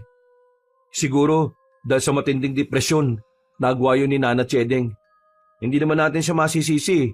Sa ngayon, kailangan natin makaharap ang pinuno ng mga kalaban natin at nang may tama ang maling ginawa niya. Kung mabuti na po ang pakiramdam ko, ibig sabihin nun, hindi na tayo tutuloy sa nayong malapit dito. Kailangan pa rin natin tumuloy. Baka may mahingan tayo ng pagkain at baka may makuha rin tayong impormasyon tungkol kay Pinunong Leandro. Paano po kung kakampi pala ng mga aswang ang nakatira doon? Baka po may mangyaring hindi maganda sa atin. Walang masamang mangyayari sa atin. Hihintayin natin na sumikat ang araw bago dumiretso doon. Kapag may araw na, hindi na sila gaano makakagalaw. Kung mga aswang ang mga nakatira doon. Maganda po yung naisip nyo, Tay. Para po hindi nila magamit ang mga pagiging aswang nila. Naganap sila ng malaking puno kung saan pwede silang makapagpahinga. Nang makaiga na si Mang Oterio roon, agad siyang nakatulog. Samantala, kahit na anong gawin ni Valentin ay hindi siya makatulog. Nagmatsyag siya sa paligid. Dahil inisip niyang baka may mga aswang na susugod sa kanila. Kalaunan, nakatulog na rin siya dahil sa matinding pagod. Nagising na lang silang dalawa dahil sa mga tilaok na mga tandang. Agad din silang bumangon at naghanda sa pagpunta sa pinakamalapit na nayon. Kinakailangan manatiling sikreto ang pagkatao natin. Hindi dapat nila tayo makilala. Ano po kailangan natin gawin, Tay? Mas maigi siguro kung itago na muna natin yung mga panlaban natin ng aswang dito sa labas ng nayon. Kailangan din natin magkunwaring mga pulubi. Mas mabuti nga po yung naisip nyo. Baka kasi kung mga aswang nga sila, maalerto pa sila at mapagbigay alam nila sa kanilang pinuno ang presensya natin. O sige na, dito na lang natin itatago mga ito. Tandaan na lang natin ang malaking batong to ha, para kapag kailangan natin ng itak at buntot ng pagi, makikita kaagad natin. Sige po, Tay. Ako na pong bahala magtago ng mga panlaban natin sa mga aswang. Hindi nila ito madaling makikita. Ayan, mas mainam nga kung hindi gaanong malalim. Takpan mo na lang din ng tuyong dahon. Sigurado na hindi nila mapapansin yan. Ayos na po siguro yan, Tay. Pwede na po tayong magpatuloy sa paglalakad. O siya, sige anak. Mabuti kung gano'n na nga. Tara na. Bininisan nila ang kanilang paglalakad hanggang sa makarating sila sa nayon. Nang naroon na sila, nagtaka si Valentin. Dahil halos lahat ng mga kabahayan doon ay walang tao. Nakatiwangwang ang mga pinto at bintana at wala man lang silang narinig kahit na kaunting ingay. Ano kaya nangyayari rito? Bakit walang mga tao mga bahay? Parang inabandunan na ito ah. O nga po, Tay. Pero maayos naman ang paligid ah. Baka po kakaalis lang ng mga tao. Eh kung umalis sila, saan naman sila pupunta? Wala namang bundok dito kahit anong pwede nilang puntahan, hindi ba? Isa pa, bakit lahat sila wala? Ano kaya kung pasukin natin yung mga bahay? Isa-isa po sana para malaman natin kung totoo yung hinala natin. Maganda yung naisip mo. Pero hindi tayo dapat abutan ng dilim sa lugar na ito. Baka nakahanda sila at susugod sa atin pagdating ng gabi. Sa totoo lang po, hindi maganda ang kutob po sa lugar na to eh. Parang may naghihintay sa ating panganib. Hindi natin malalaman yan hanggat hindi natin ini-inspeksyon ng kada tirahan. Sige na anak, simulan na natin pasukin ang bawat bahay na nandito. Sige po, Tay. Napakunot noon na lang si Valentin. Kahit na may palatandaan ng mga tao sa mga kabahayan, wala silang nakitang kahit na anino ng mga ito. Aalis na sana sila sa lugar na yon hanggang sa may marinig silang kaluskos. Mukhang nasa silong ng kabahayan nagmumula yung ingay. Hindi kaya may taguan sila dyan at dyan sila pumipirme? Oo nga anak, tara, tingnan natin kada bahay. Merong silong at parang may mga nakaimbak na mga dahon ng nyug. Halika, usisain natin yung silong ng mga bahay na malapit sa atin. Sigurado ako na dyan ang gagaling yung ingay na naririnig natin. Sige po, Tay. Kung nandyan sila sa silong, ibig sabihin, meron silang pinagtataguan. Ang tanong lang po, ano kaya yun? Malalaman din natin yan anak. Halika na, ako ang hahawi sa mga nakaimbak na dahon ng nyug. Ako naman po magbabantay sa paligid natin. Baka kasi may biglang umatake sa atin kahit na may araw eh. Mas mabuti pa nga anak. Kailangan maging handa tayo palagi. Hindi rin natin kailangang alisin ang posibilidad na mga aswang ang mga nakatira rito. Akmang lalapitan ni na Valentin at Mang Euterio ang isang bahay nang bigla silang natigilan. Napako ang kanilang paningin sa silong at nagulat sila nang may makita silang isang tao na nandilisik ang mga mata. Naglalaway ito at mabalasik kung tumingin sa kanila. Ilang sandali pa, nakarinig sila ng mga ingay at napagtanto nilang may mga lumabas mula sa silong ng kabahayan doon. Hindi maganda to, Valentin. Kahit na merong araw, kaya pa rin nilang lumabas ng nakaanyong aswang. Seryoso po kayo, Tay? Aswang sa umaga? Ano pong gagawin natin? Wala tayong panlaban sa kanila. Huwag ka masyado mataranta. Baka mahalata ka nila at agaran silang sumugod sa atin. Teka, pagkapang silang lumalapit dito sa atin, kailangan natin umatras muna. Baka hindi natin sila kayanin. Sige po, punta na lang natin yung pinagtaguan natin ng mga sandata natin. Mas mabuti pa nga anak. Sige na, mauna ka na. At susunod ka agad ako sa iyo. Sisiguraduhin ko lang na hindi nila tayo masusundan. Sige po, Tay. Teka, kung aswang sila, ano naman ang pinakaiba nila sa mga karaniwang kauri nila? Ano kayang tawag sa kanila? Hindi ko rin alam eh. Pero iisa lang ang nasisiguro ko. Delikado sila. Kung nagagawa nilang lumabas ng may araw, ibig sabihin, malakas ang kanilang kapangyarihan. Hala, sige na. Tumakbo ka na kung kinakailangan, Valentin. Sino kayo? At ano ang ginagawa niyo sa nayong ko?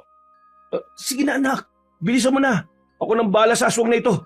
Tumakbo ka na't kunin mo yung mga panlaban natin sa nilalang na ito. Sandali lang po, Tay. Baka kailangan niyo po ng tulong ko. Mukhang malakas po yung nilalang na yan eh. Anong akala niyo? Basta-basta kayo makakapasok at makakalabas dito? Diyan kayo nagkakamali. Walang pumapasok na dayo rito na makakalabas ng buhay. Teka, bakit parang pamilyar sa akin ang mukha mo? Sino ka?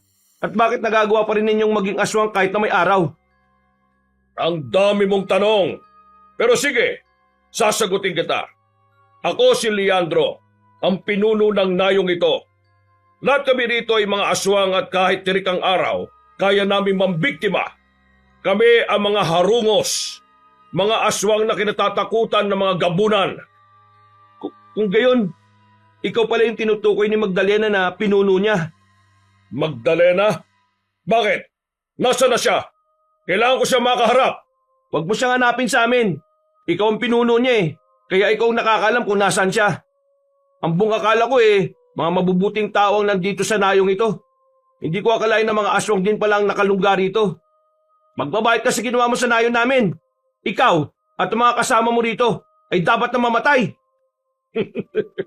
Ikaw ang pumunta rito. Kayo ng batang yon. Kayong dalawa ang dapat nabawian ng buhay. Sige mga kasama, paligiran ng dalawang ito at nang may mapagpiesta na naman tayo. Valentin, sige na. Tumakbo ka na at kunin mo yung mga armas natin. Ako nang bahala sa mga aswang na ito. Pero Tay, Tama ng pero sige na. Kunin mo ng itak at buntot ng pagi. Dali! Kahit na nag-aalinlangan, tumakbo ng mabilis si Valentin. Nang medyo malayo na siya, napalingon siya kay Mang Uterio.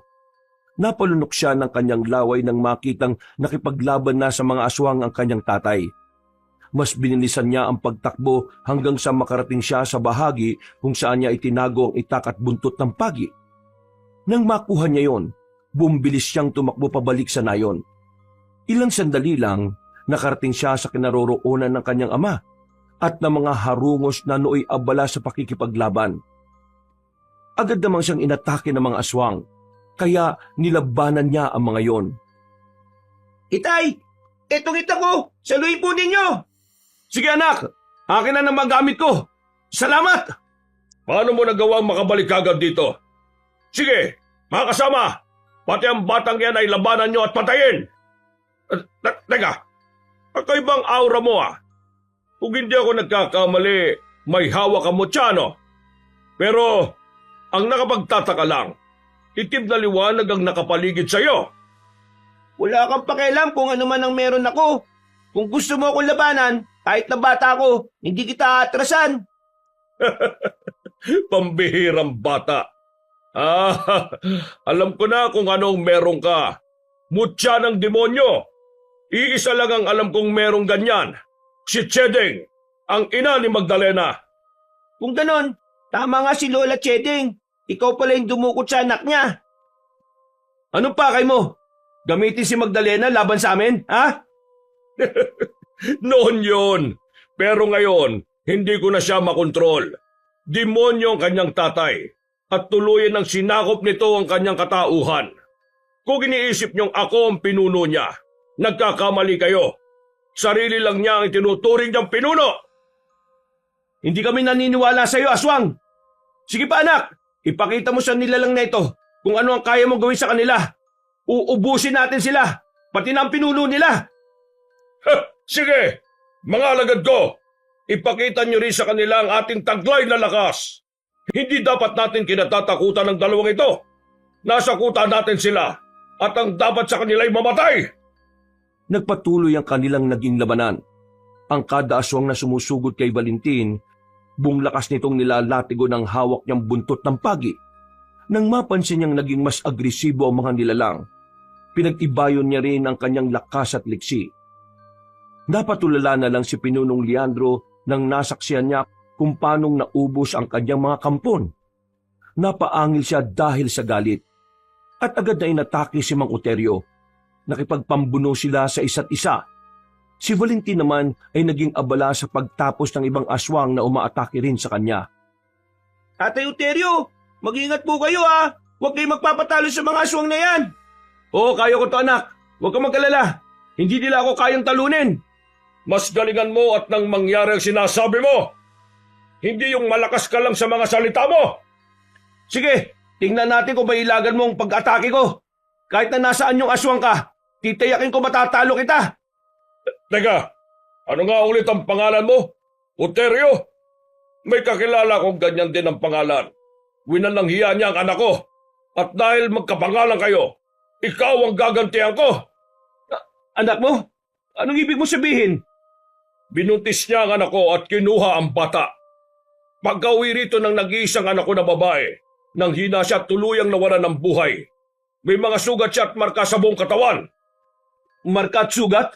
Anong pinagsasabi mo? Inalay siya sa demonyo.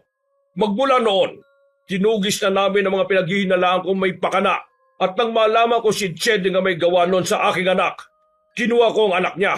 Pinalaki at hinubog ko si Magdalena para patayin ang mga kasama ng demonyong yon. Si Magdalena ang naging bunga ng pakikipagkasundo niya sa demonyo. At ang hindi pa yun naging sapat, kinuha niya rin si Rosalinda. Natigilan ng dalawa sa kanilang pakikipagpambuno. Mas naging mabagsik ang mukha ni Pinunong Leandro habang nakatitig kay Mang Uterio. Kinabahan naman si Valentin sa kung ano man ang susunod na mangyayari. Kaya inihanda niya ang kanyang sarili para tulungan ng kanyang tatay kung sakaling malagay ito sa alanganin. Teka, ang anak ba ninyo ay nagngangalang Rosalinda? Oo, paano mo naalaman? Huwag mo sabihin na kasabwat ka rin ni Cheding. O baka ikaw talaga yung nagwalang hiya sa kanya. Magbabayad kayong lahat. Hindi ko kayo mapapatawad, Uterio. Hindi, teka. Kung anak mo si Rosalinda at kung ang pinaghihinalaan mong gumawa sa kanya noon ay si Nana Cheding, ibig sabihin, apo niyo ang anak ko. Ako ang ama na ipinagbuntis ng anak niyo. Ano pong sinasabi niyo, Tay? Totoo po ba yung narinig ko? Ikaw nga yun. Kung hindi dahil sa'yo, buhay pa sana siya ngayon. Nagkakamali kayo ng hinala. Minahal ko ng lubos si Rosalinda. Nagtiwala ako kay Nana Cheding. Sinabi niya sa akin na siya ang mag-aalaga sa anak niyo habang nagbubuntis ito. Hindi ko inakalang gagawin niya yon. Kaya pala, nang ibigay niya sa akin si Valentin, ay hindi niya sinabi kung nasan si Rosalinda. Ang buong akala ko lumayo siya sa akin. Hindi ako naniniwala sa'yo. Pinapaikot mo lang ako para matalo mo at nang mapatay. Bago mo pa man magawa yan, ikaw munang papatayin ko. Maniwala ka sa akin. Totoong sinasabi ko. Ang batang kasama ko'y apo ninyo. Anak namin siya ni Rosalinda. Hindi namin kagustuhang madamay ang ibang kasama ninyo. Kung nagkataon na nandun kayo at nanlaban para ipagtanggol ang asawa ng demonyo, hindi na namin yung kasalanan. Ituro mo sa akin si Cheding. Siya ang pagbabayarin ko sa lahat ng nangyayaring ito. Hindi mo na siya magagawang pagbayarin pa sa mga nagawa niya. Mag-aaksaya ka lang ng panahon mo. At bakit hindi? Huwag mong sabihin na kinakampihan mo pa rin si Cheding na yon sa kabila ng mga ginawa niya. Parang pinatunayan mo lang din sa akin na wala kang pakialam sa anak ko. Nagkakamali po kayo ng iniisip. Patay na si Lola Cheding, kaya hindi na ninyo siya magagawang pagbayarin sa kasalanan niya. Kung totoo ang sinasabi niyo, ang anak niya ang kailangang pagbayarin sa mga pagkakasala niya. Naging rebelde siya sa akin at inubos niya ang halos lahat ng mga kasamahan ko. Talagang ang anak siya ng isang demonyo. Kung ganon, halos lahat ng mga kasama niyo pinatay ni Magdalena. Yan ba ang rason kung bakit gumawa kayo ng taguan sa silong ng inyong bahay? Oo, sapagkat demonyo siya. Hindi namin kaya ang totoo niyang lakas. Kaya natalo niya kami. Nasaan siya? Kailangan ko siyang makaharap at pagbayarin sa kasalanan ng kanyang ina. Hindi po namin alam, pero nakaharap namin siya bago pa man kami dumiretso dito. May mga kasamaan na rin siyang aswang, kaya nakatakas siya. Napakawalang hiya talaga ng Magdalenang yon. Traidor! Dinala niya ang iba sa amin dito at ginawa niyang kakampi. Napakademonyo niya talaga. Wala siyang pinagkaiba kay Cheding. Tuluyang natigil ang dalawa sa pakikipaglaban sa isa't isa. Humingi ng pasensya si Mang Uterio kay Pinunong Leandro. Naging normal ang anyo ng dalawa at nagyakapan sila. Napayakap din si Pinunong Leandro sa bata at tumingi siya rito ng pasensya. Sinabi ni na Valentin ang mga nalalaman nila patungkol kay Nana Chedeng. Inilhad din ng bata ang patungkol sa pagkakalob na matanda ng mutya sa kanya. Isang malaking pagkakamali ang pagtanggap mo riyan. Hindi mo alam kung gaano kadelikado ang mutyang ipinasa sa iyo. Oo, at darating ang araw na lalabas ang tunay mong lakas. Pero marami ang mapapahamak kung hindi mo ito makokontrol. Hindi ko naman po alam eh. Ano po dapat kong gawin? Kailangan natin si Magdalena. Kung siya ang anak ng demonyo, nararapat lang na siya ang magdala ng sumpa ng mutya na yan. Saan naman po natin siya hahanapin? Hindi ko alam kung saan siya matatagpuan eh. Dinala lang talaga kami dito ng aming mga paa dahil gusto namin makahingi ng tulong. Anong tulong ba ang kailangan nyo? Kung ang paghahanap kay Magdalena, hindi na yan magiging problema. May paraan kaming harungos para matunto ng isang nilalang. Hingi lang naman po sana kami ng pagkain at maiinom. Bahaw na kasi't gutom itong apo ninyo eh. Kung ganoon, hali kayo. Sumama kayo sa akin. Bibigyan ko kayo ng makakain at maiinom. Pagkatapos, gagawin ko ang ritual para matunto ng walang hiyang yon. Dinala ni Pinunong Leandro ang mag-ama sa kanyang bahay at binigyan ng makakain sa maiinom. Pagkatapos nito, isinagawa niya ang ritual para matunto ng kinaroroonan ng anak ni Nana Chedeng. Makaraan ng halos 1 oras, humarap ulit si Pinunong Leandro kina Valentin. Alam ko na kung saan siya matatagpuan. Sa ilalim ng kubo na malapit sa isang bulkan. Ang kubong yon ay merong lagusan. Doon, nagtatago ang anak ni Chedeng. Kubo na malapit sa bulkan? Teka, nakarating na po kami sa lugar na malapit sa bulkan eh, at nakisilong sa bahay na nandun. Kung gayon, baka yun na ang hinahanap natin. Pero bakit? Paano? Ikubo kasi yun ni Lola Cheding eh, at sinabihan niya kaming hanapin ang nawawala po niyang anak na dinukot daw po ninyo. Tama si Valentin, Pinunong Leandro. Teka, hindi kaya nilinlang lang kami ni Nana Cheding para magamit niya kami laban sa inyo? Posible nga yon. Sa lahat ng oras, baka nasa ilalim lang ng kubo si Magdalena at naghihintay ng timbre niya kung kailan ito kailangang lumabas. Kung nandun po siya, bakit wala akong naramdaman nung may pasa na sa akin ni Lola Cheding yung mutya ng demonyo? Alam ko na. Sigurado, nang malaman ni Magdalena na papasugod ang mga aswang nakalaban nila, umalis siya at tinayaan lang niya ang kanyang ina. Dahil may taglay na mutya ng demonyong nanay niya, baka inisip niyang makakaya nito ang puwersa ng mga aswang. May punto ka, Oterio. Nang gabing inutusan ko ang iba kong alagad para sugurin ang tirahan ni Chedeng, yun din ang gabi nung sumugod dito si Magdalena at pinagpapapatay ang halos lahat ng mga naiwan dito. Napakatuso ng aswang na yun. Pati sarili niyang ina, ipinahamak niya. Kailangan siyang mapatay. Sila ang punot dulo nito at kailangan na niyang mawala rito sa mundo. Kailangan pa rin nating mag-ingat. Kahit na isa kong harungos, may kahinaan din ako. Hindi ko kayang labanan ng harapan ng anak ng demonyong yon. Kung isa siyang anak ng demonyo, lalabanan ko siya gamit ang mutya ng demonyo. Wala akong pakialam kung mas maliit at mas mahina ako sa kanya. Lalabanan ko po siya ng patayan. Kasamahan ka namin, anak. Hindi ka namin pababayaan ng lolo mo. Tatapusin natin ang aswang na yon, pati na ang kanyang mga alagad. Simulat sa pool pala, sila ni Nana Cheding ang masama eh. Pinaniwala nila tayo at pagbabayaran nila yun.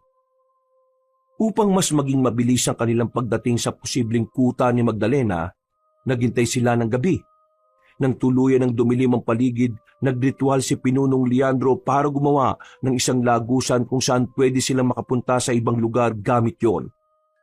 Nung nasa tapat na nila ang nagliliwanag na lagusan, pumasok silang 3 roon. Ilang sandali lang, iniluwa sila noon sa isang nayo na malapit sa bulkan. Nandito na tayo malapit sa bulkan. Ang tanging gagawin na lang natin ay hanapin ang kubo ni Chedeng.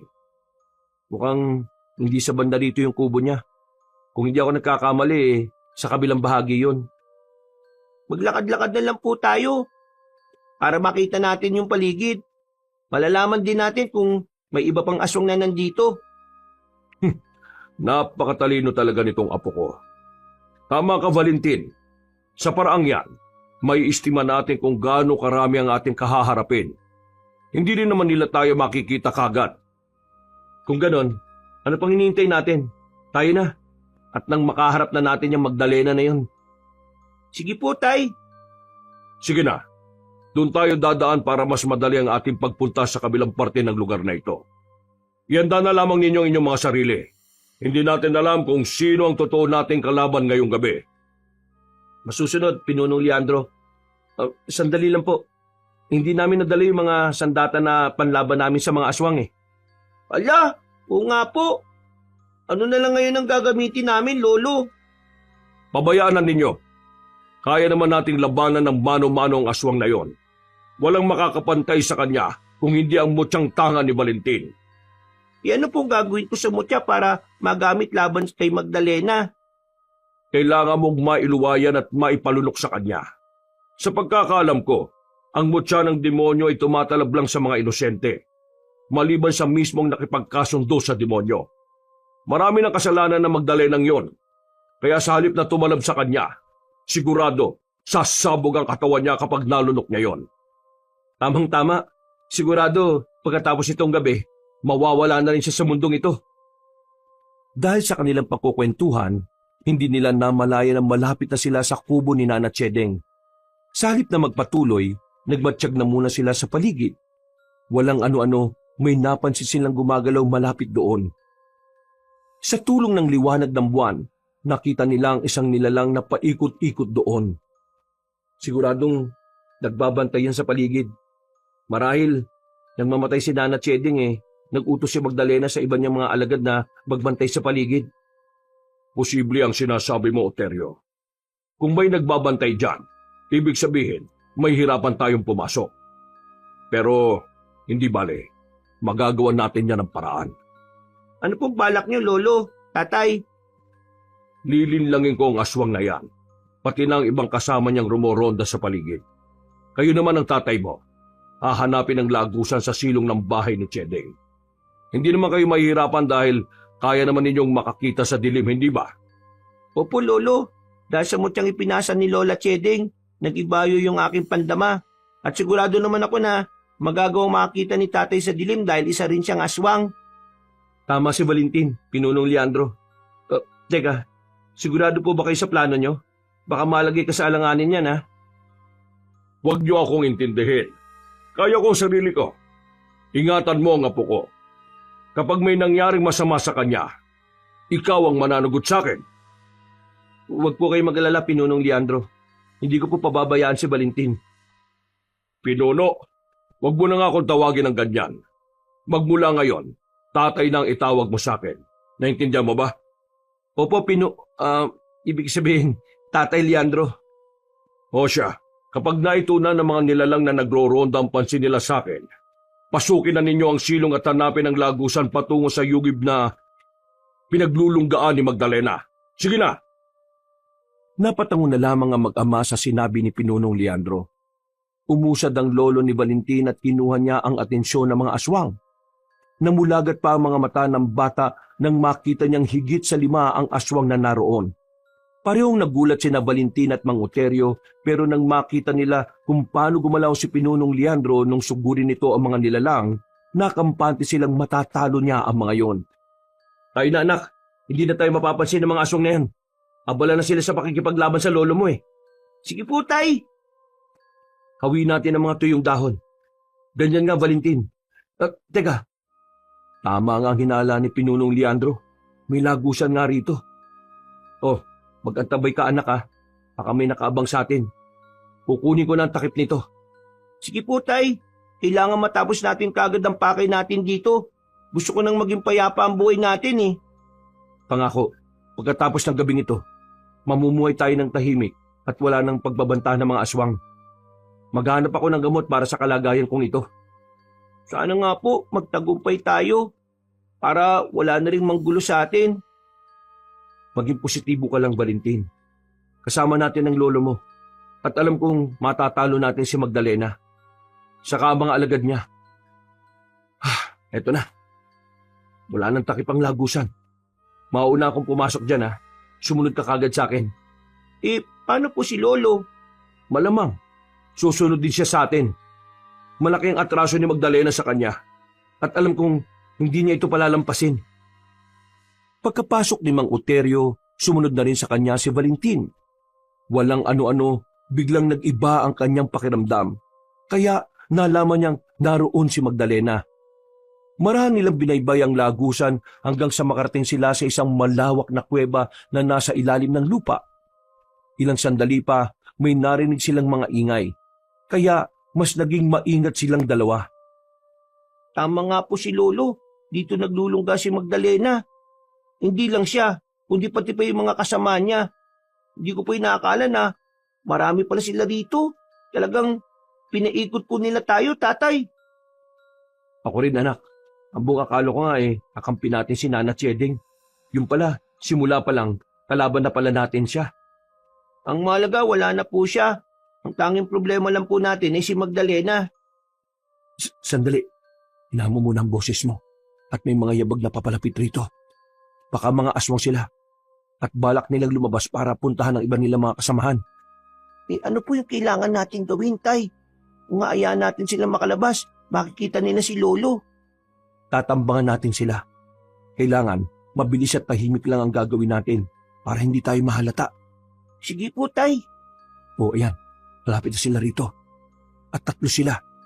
Magda ka na, Valentina. Ibubuwal ko sila at ikaw ng bala para mawalan sila ng malay. Pagkalapit ng 3 aswang sa kanila, bumbilis na gumalaw sina Valentin at inatake ni Mang Uterio ang 2 aswang. Nang bumagsak sila, nilapitan sila ng bata at buong lakas na inumpog sa sahig ng yungib ang kanilang ulo.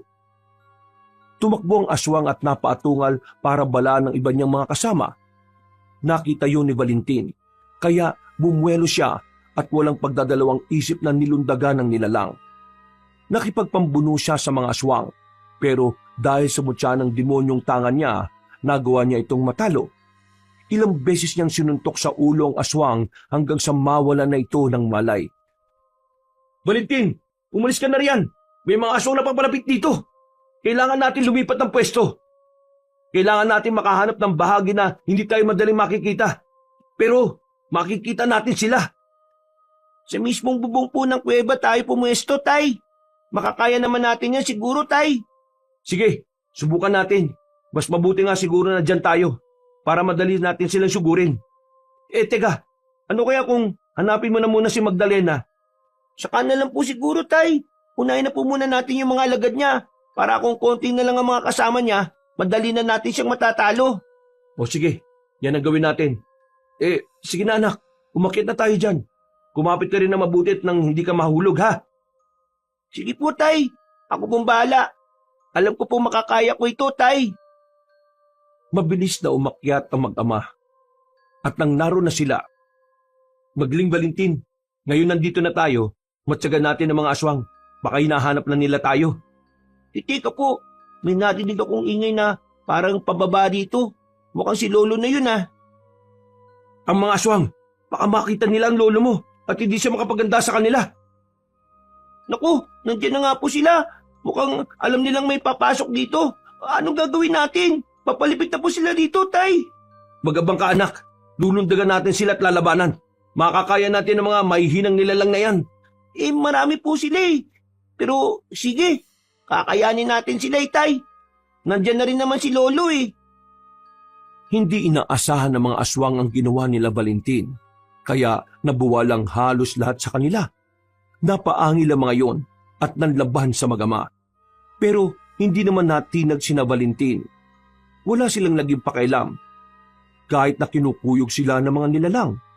Nang akmang sasakalin sana ng isang aswang ang bata, umilag siya rito.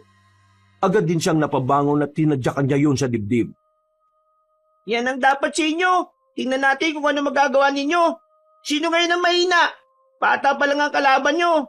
Sige tay, talunin ninyo yung 2 aswang na nakikipagpambuno sa inyo. Ako nang bahala rito anak.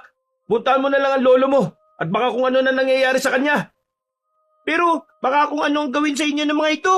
Siguraduhin muna natin na patay sila bago ako umalis para puntahan si Lolo Leandro.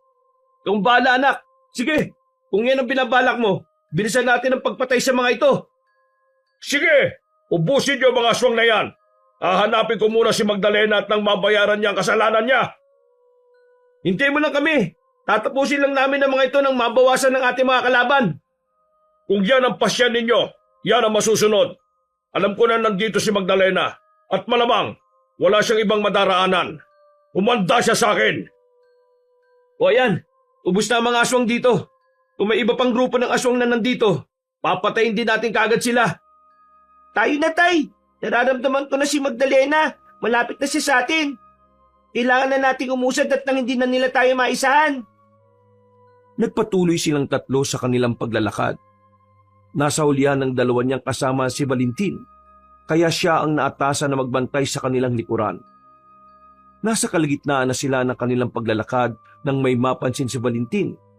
May kakaiba sa lagusang binabaybay nila, kaya inabisuan niya si Mang Uterio at Pinunong Leandro patungkol doon. Hindi. Wala nang madaraanan dito. Paniguradong patibong ito ni Magdalena. Sige na, bumalik tayo sa dinaraanan natin bago pa nila malaman na nandito tayo. Sige po, Lolo. Maganda na rin po tayo sa posibleng pag-atake nila sa atin. Malakas ang kutob ko na pinagandaan din nila ang panahon ito. Hindi tayo dapat matakot. Tatlo naman tayo magkakasama. At kahit ilan pa sila, makakaya natin silang talunin. Sandali. May mga naririnig akong yabag ng paa. Panigurado na sila na yan. Hayaan nyo na ako na ang nasa unahan. Ako nang harap sa mga yan at nang malaman nila kung sino ang tinraidor nila. Sige po, Lolo. Valentin, anak, humanda ka. Hindi natin dapat pabayaan ang lolo mo. Kapag may pumasok dito, kailangan labanan natin hanggang sa magkaroon tayong tatlo ng pagkakataon para lumabas. Opo, Tay. Yan po ang gagawin natin. Maingat silang bumaybay pabalik sa kanilang dinaanan. Walang ano-ano, napatras ng isang hakbang si Valentin nang makita niya ang napakaraming aswang na nakaabang sa kanila. Dahil nasa unahan si Pinunong Leandro, sinalubong niya ang mga ito. Hindi naman natin nagamagama at sumunod na rin sila. Kahit na marami ang mga aswang na umaatake sa kanila, hindi sila nahirapan dahil bawat isa sa kanila ay may angking lakas. Nilabanan nila ng mano-mano mga nilalang at umasang matatalo nila ang mga yon. Kayong dalawa, gawin na ninyo ang napag-usapan natin. Ako nang bala sa mga aswang na ito. Hanapin nyo na si Magdalena. Hindi po, Tay Leandro. Tutulungan namin kayo para maubos ang mga aswang na ito. Baka mahirapan kayo kung mag-isa lang kayong lalaban. Tama po si Tatay, Lolo. Tayong tatlong harap kay Magdalena. Nang sa gayon po, sigurado na yung panalo natin laban sa kanya. O sige, kailangan maubos natin ang mga aswang na ito. Mukhang may iba pang paparating dito. Pero bago sila makalapit, dapat makalis na tayo sa patibong na ito. Sige po, Tay Leandro. Andiyan na po sila. Mas pag-igihan natin ang pakikipaglaban. Hindi. Anong nangyayari sa akin? Parang may kung anong enerhiyang lumalabas sa katawan ko. Ang init. Sobrang init. Parang nasusunog.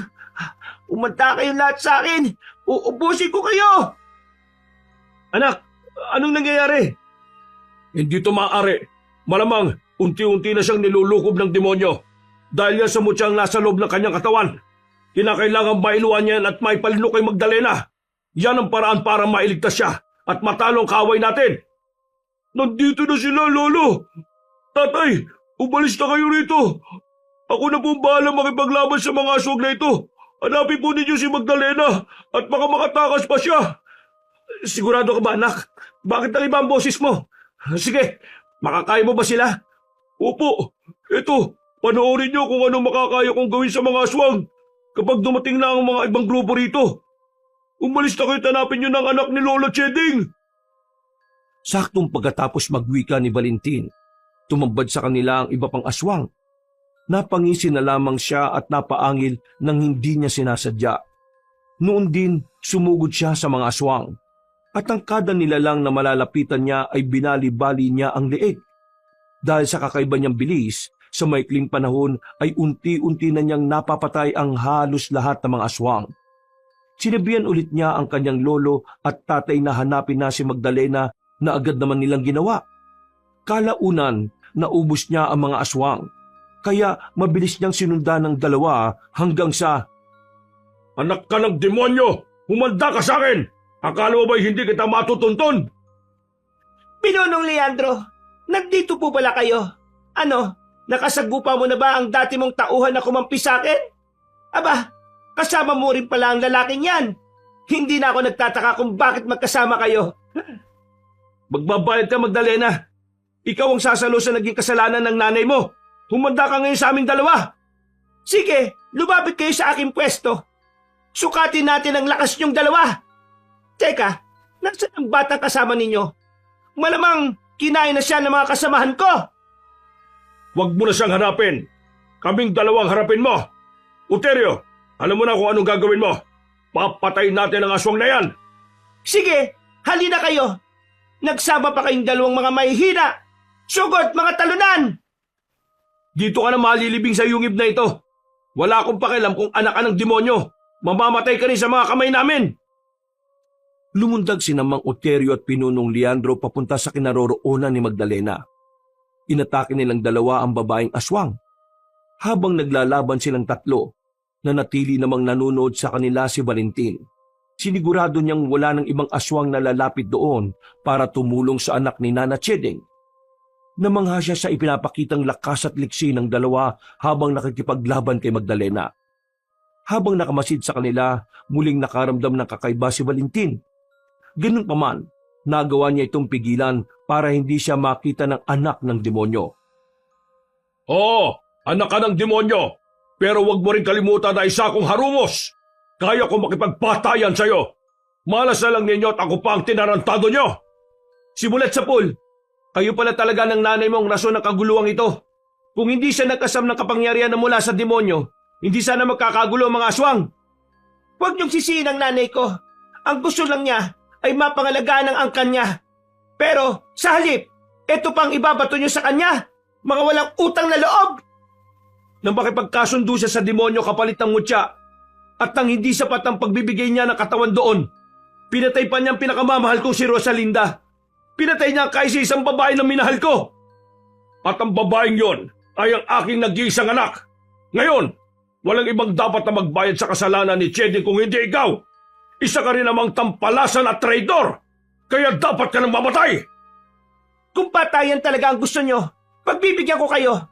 Maya-maya lang ay darating dito ang iba pang mga kasama ko. At magiging pagkain lang nila kayo. Huwag ka nang umasa. Inubusan namin ang ibang aswang dito. Ikaw na lang ang natitirang buhay rito sa loob ng yugib. Kung pinatay niyo ang aking mga alagad, kayo na ang isusunod ko! Mas naging agresibo na si Magdalena.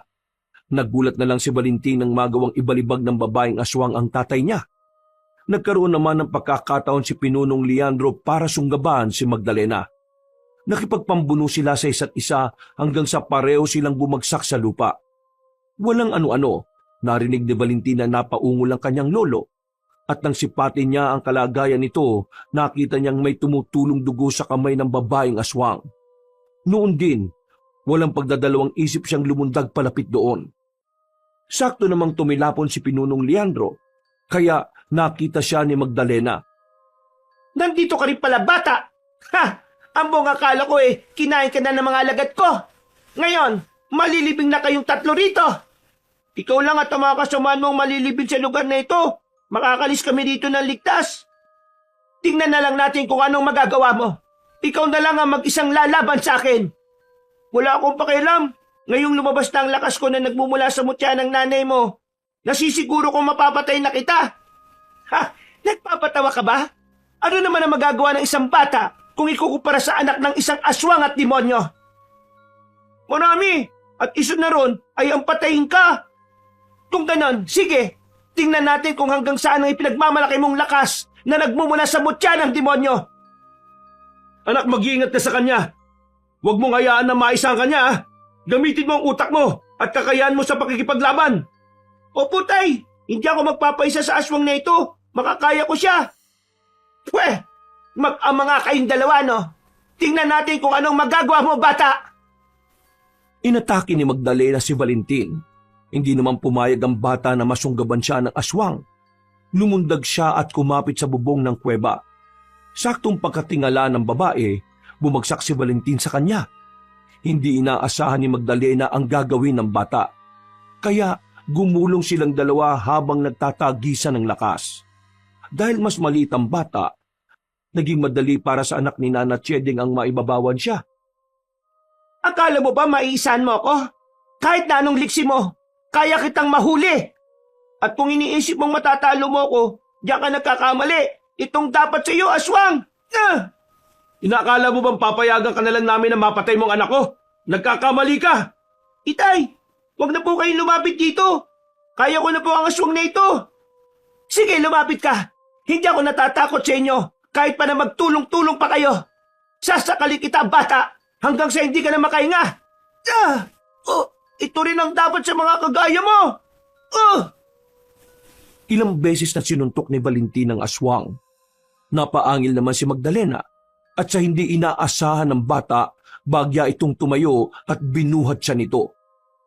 Bago pa man siya makapiglas, ibinalibag siya ng babaeng aswang.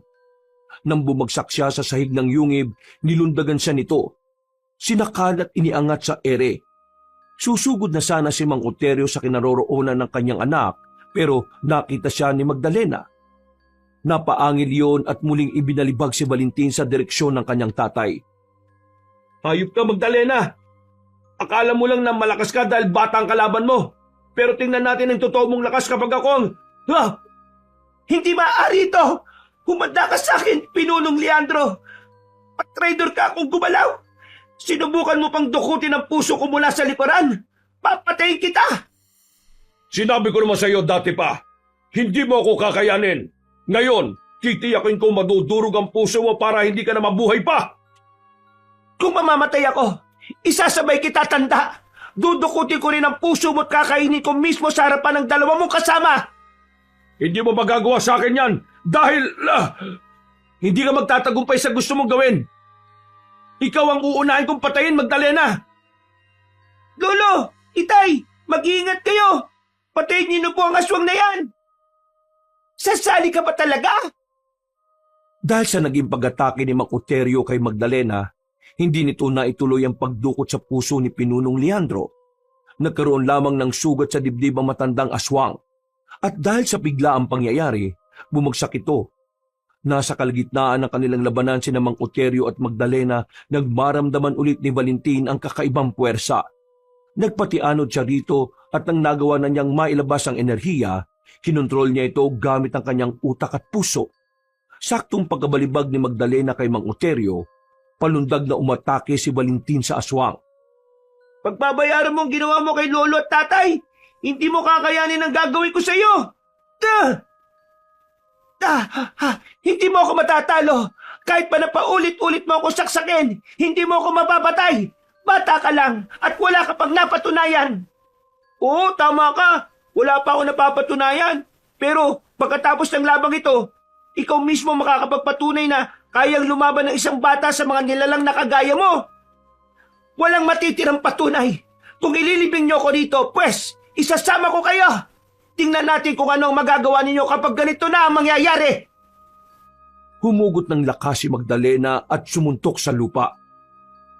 Naglaglagan ng mga bato dahil sa lakas ng lindol. Lumilindol! Anong binabalak mo? Ikaw lang ang malilibing dito, no?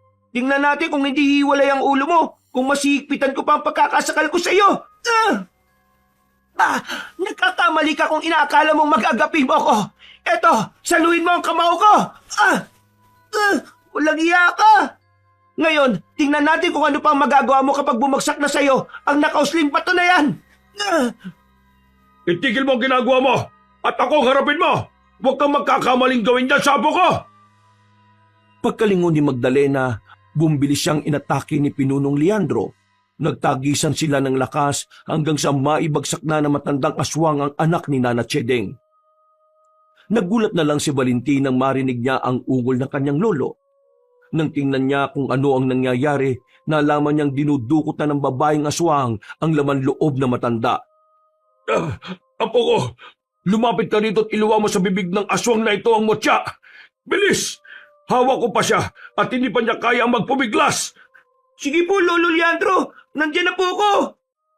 Ngayon, magbabayad ka sa mga ginawa niyo ng nanay mo. Talin mo pawi sa impyerno ang mutya na naging rason ng kaguluhan sa pagitan ng mga aswang. Oo, mapapatay niyo ako. Pero isinusumpa kong hindi kayo makakalabas dito. Matatapunan din kayo ng lupa at sabay tayong malilibing dito. Huwag ka na magsalita. Ito para sa iyo. Tanggapin mo ang mutya ng nanay mo. Hindi. Ang init. Hindi ko kaya. Ang katawan ko. Sa akin. Ako. Apo, ilang sandali na lang, sasabog na ang bangkay ng aswang na ito. Itakas mo rito ang iyong tatay. Kailangan makaligtas kayo bago pa sumabog si Magdalena. Isasama ka namin, Lolo. Tayo na po. Kailangan makalis tayo rito. Hindi na ako magtatagal, Apo. Mamamatay rin lang ako. Kaya sisiguraduhin ko na lang na hindi na mabubuhay ulit ang aswang na ito. Sige na, tumakas na kayo. Bilis!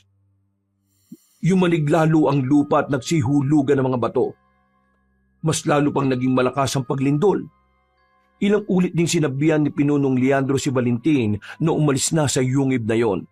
Kaya napatango ito. Nagpasalamat siya sa kanyang lolo at agad na pinuntahan si Mang Oterio na kababangon pa lang. Napalingon pa sila sa matandang aswang at kay Magdalena. Muli pa nilang narinig ang boses ni Pinunong Leandro. Kaya nagmadali silang umalis sa lugar na yon. Saktong pagkaahon nila sa yungib, may narinig silang mga pagsabog. Gumuho ang lupa. Kaya palayong tumakbo ang mag-ama para makaligtas sa bahaging yon. Tay, kawawa naman po si Lolo. Nakita ko ang sitwasyon niya. Gusto ko po sana siyang iligtas kanina eh. Wala na tayong magagawa, anak. Ang importante, napigilan niya si Magdalena at naipasa mo sa aswang na yun ang mutya ng demonyo. Ngayon, patay na ang anak ni Nana Chedeng. Oo nga po. Mabuti na nga lang at nagawa tayong patakasin ni Lolo bago pa man tuluyang gumuho yung yungib. Kung nagkataon, malilibing tayo ng buhay doon. Tama ka, anak. Binigyan tayo ng ikalawang pagkakataon ng lolo mo para mabuhay. At hindi natin yun sasayangin. Kung nabubuhay lang sana si Rosalinda, matutuwa siya sa ginawa mo. At sigurado na ipagmamalaki niya tayo. Oo nga po, Itay. Hindi ko lang talaga lubos maisip na si Nana Cheding pala talaga ang may pakana ng lahat ng ito. Nung una, pinatakas tayo ni Lola Cheding para sa kanyang mga plano. Ngayon, pinatakas tayo ni Lolo para sa ating mga pangarap. At yun ay ang mabuhay tayo na mapayapa nang walang banta mula sa mga aswang. Nagsimula silang maglakad palayo sa lugar na yon. Nang malayo na sila, nagulat si Valentin nang bigla siyang nakarinig ng malakas na pagsabog. Pagkalingon niya, napagtanto niyang pumutok na pala ang bulkan na malapit sa kinukutaan ni na Magdalena. Upang maging tuloy-tuloy ang pagbabago ng buhay nila, naghanap sila ng magaling na manggagamot para gamutin ang sumpa ng kanilang pagkatao. Nang tuluyan ng mawala ang sumpa ng pagiging aswang, nabuhay sila ng mapayapa at masaya sa isang liblib na nayon na walang nakakakilala sa kanila. Kahit kailan, talagang napakaswerte nating dalawa, anak. Ilang beses man tayong tumakas para makalayo sa mga aswang. Nakatagpo pa rin tayo ng lugar na tahimik at walang banta ng kahit na anong masamang elemento. Oo nga po, Tay. At dahil yun sa katapangan ninyo. Malaki ang utang na loob natin sa lolo Leandro mo. Kung hindi dahil sa kanya, baka hindi na natin natupad yung pangarap nating to. Kaya nga po, gabi-gabi ko silang ipinagdarasal ni nanay eh. Kahit man lang sa mga dasal eh, may koneksyon pa rin po ako sa kanila. Anak, patawarin mo ko Kung nabuhay ka ng walang ina, kung kaya ko lang sanang ibalik ang panahon, iniligtas ko si Rosalinda mula sa kalupitan ni Nana Chedeng. Wag na po ninyong intindihin yun, Tay. Ang malaga, magkasama tayo. At pangako, hanggang sa pagtanda nyo, aalagaan ko kayo. Pangako yan Oo naman po. Kahit man lang sa bagay na yan masuklihan ko yung pagiging mabuting ama niyo sa akin. Ano ka ba naman, anak? Ang responsibilidad ko sa iyo bilang isang magulang ay hindi ko hinihinga ng kabayaran. Responsibilidad nga, di ba? Kahit na po. Basta kaya ko, lahat gagawin ko at ibibigay ko sa inyo. Maraming salamat, anak. Sobrang swerte ko talaga dahil ikaw ang naging anak ko. Ako rin po, Tay. Mapalad ako at ikaw ibinigay na magulang sa akin ng Diyos. At kahit kailan, ipagmamalaki ko na ikaw ang tatay ko. Wakas,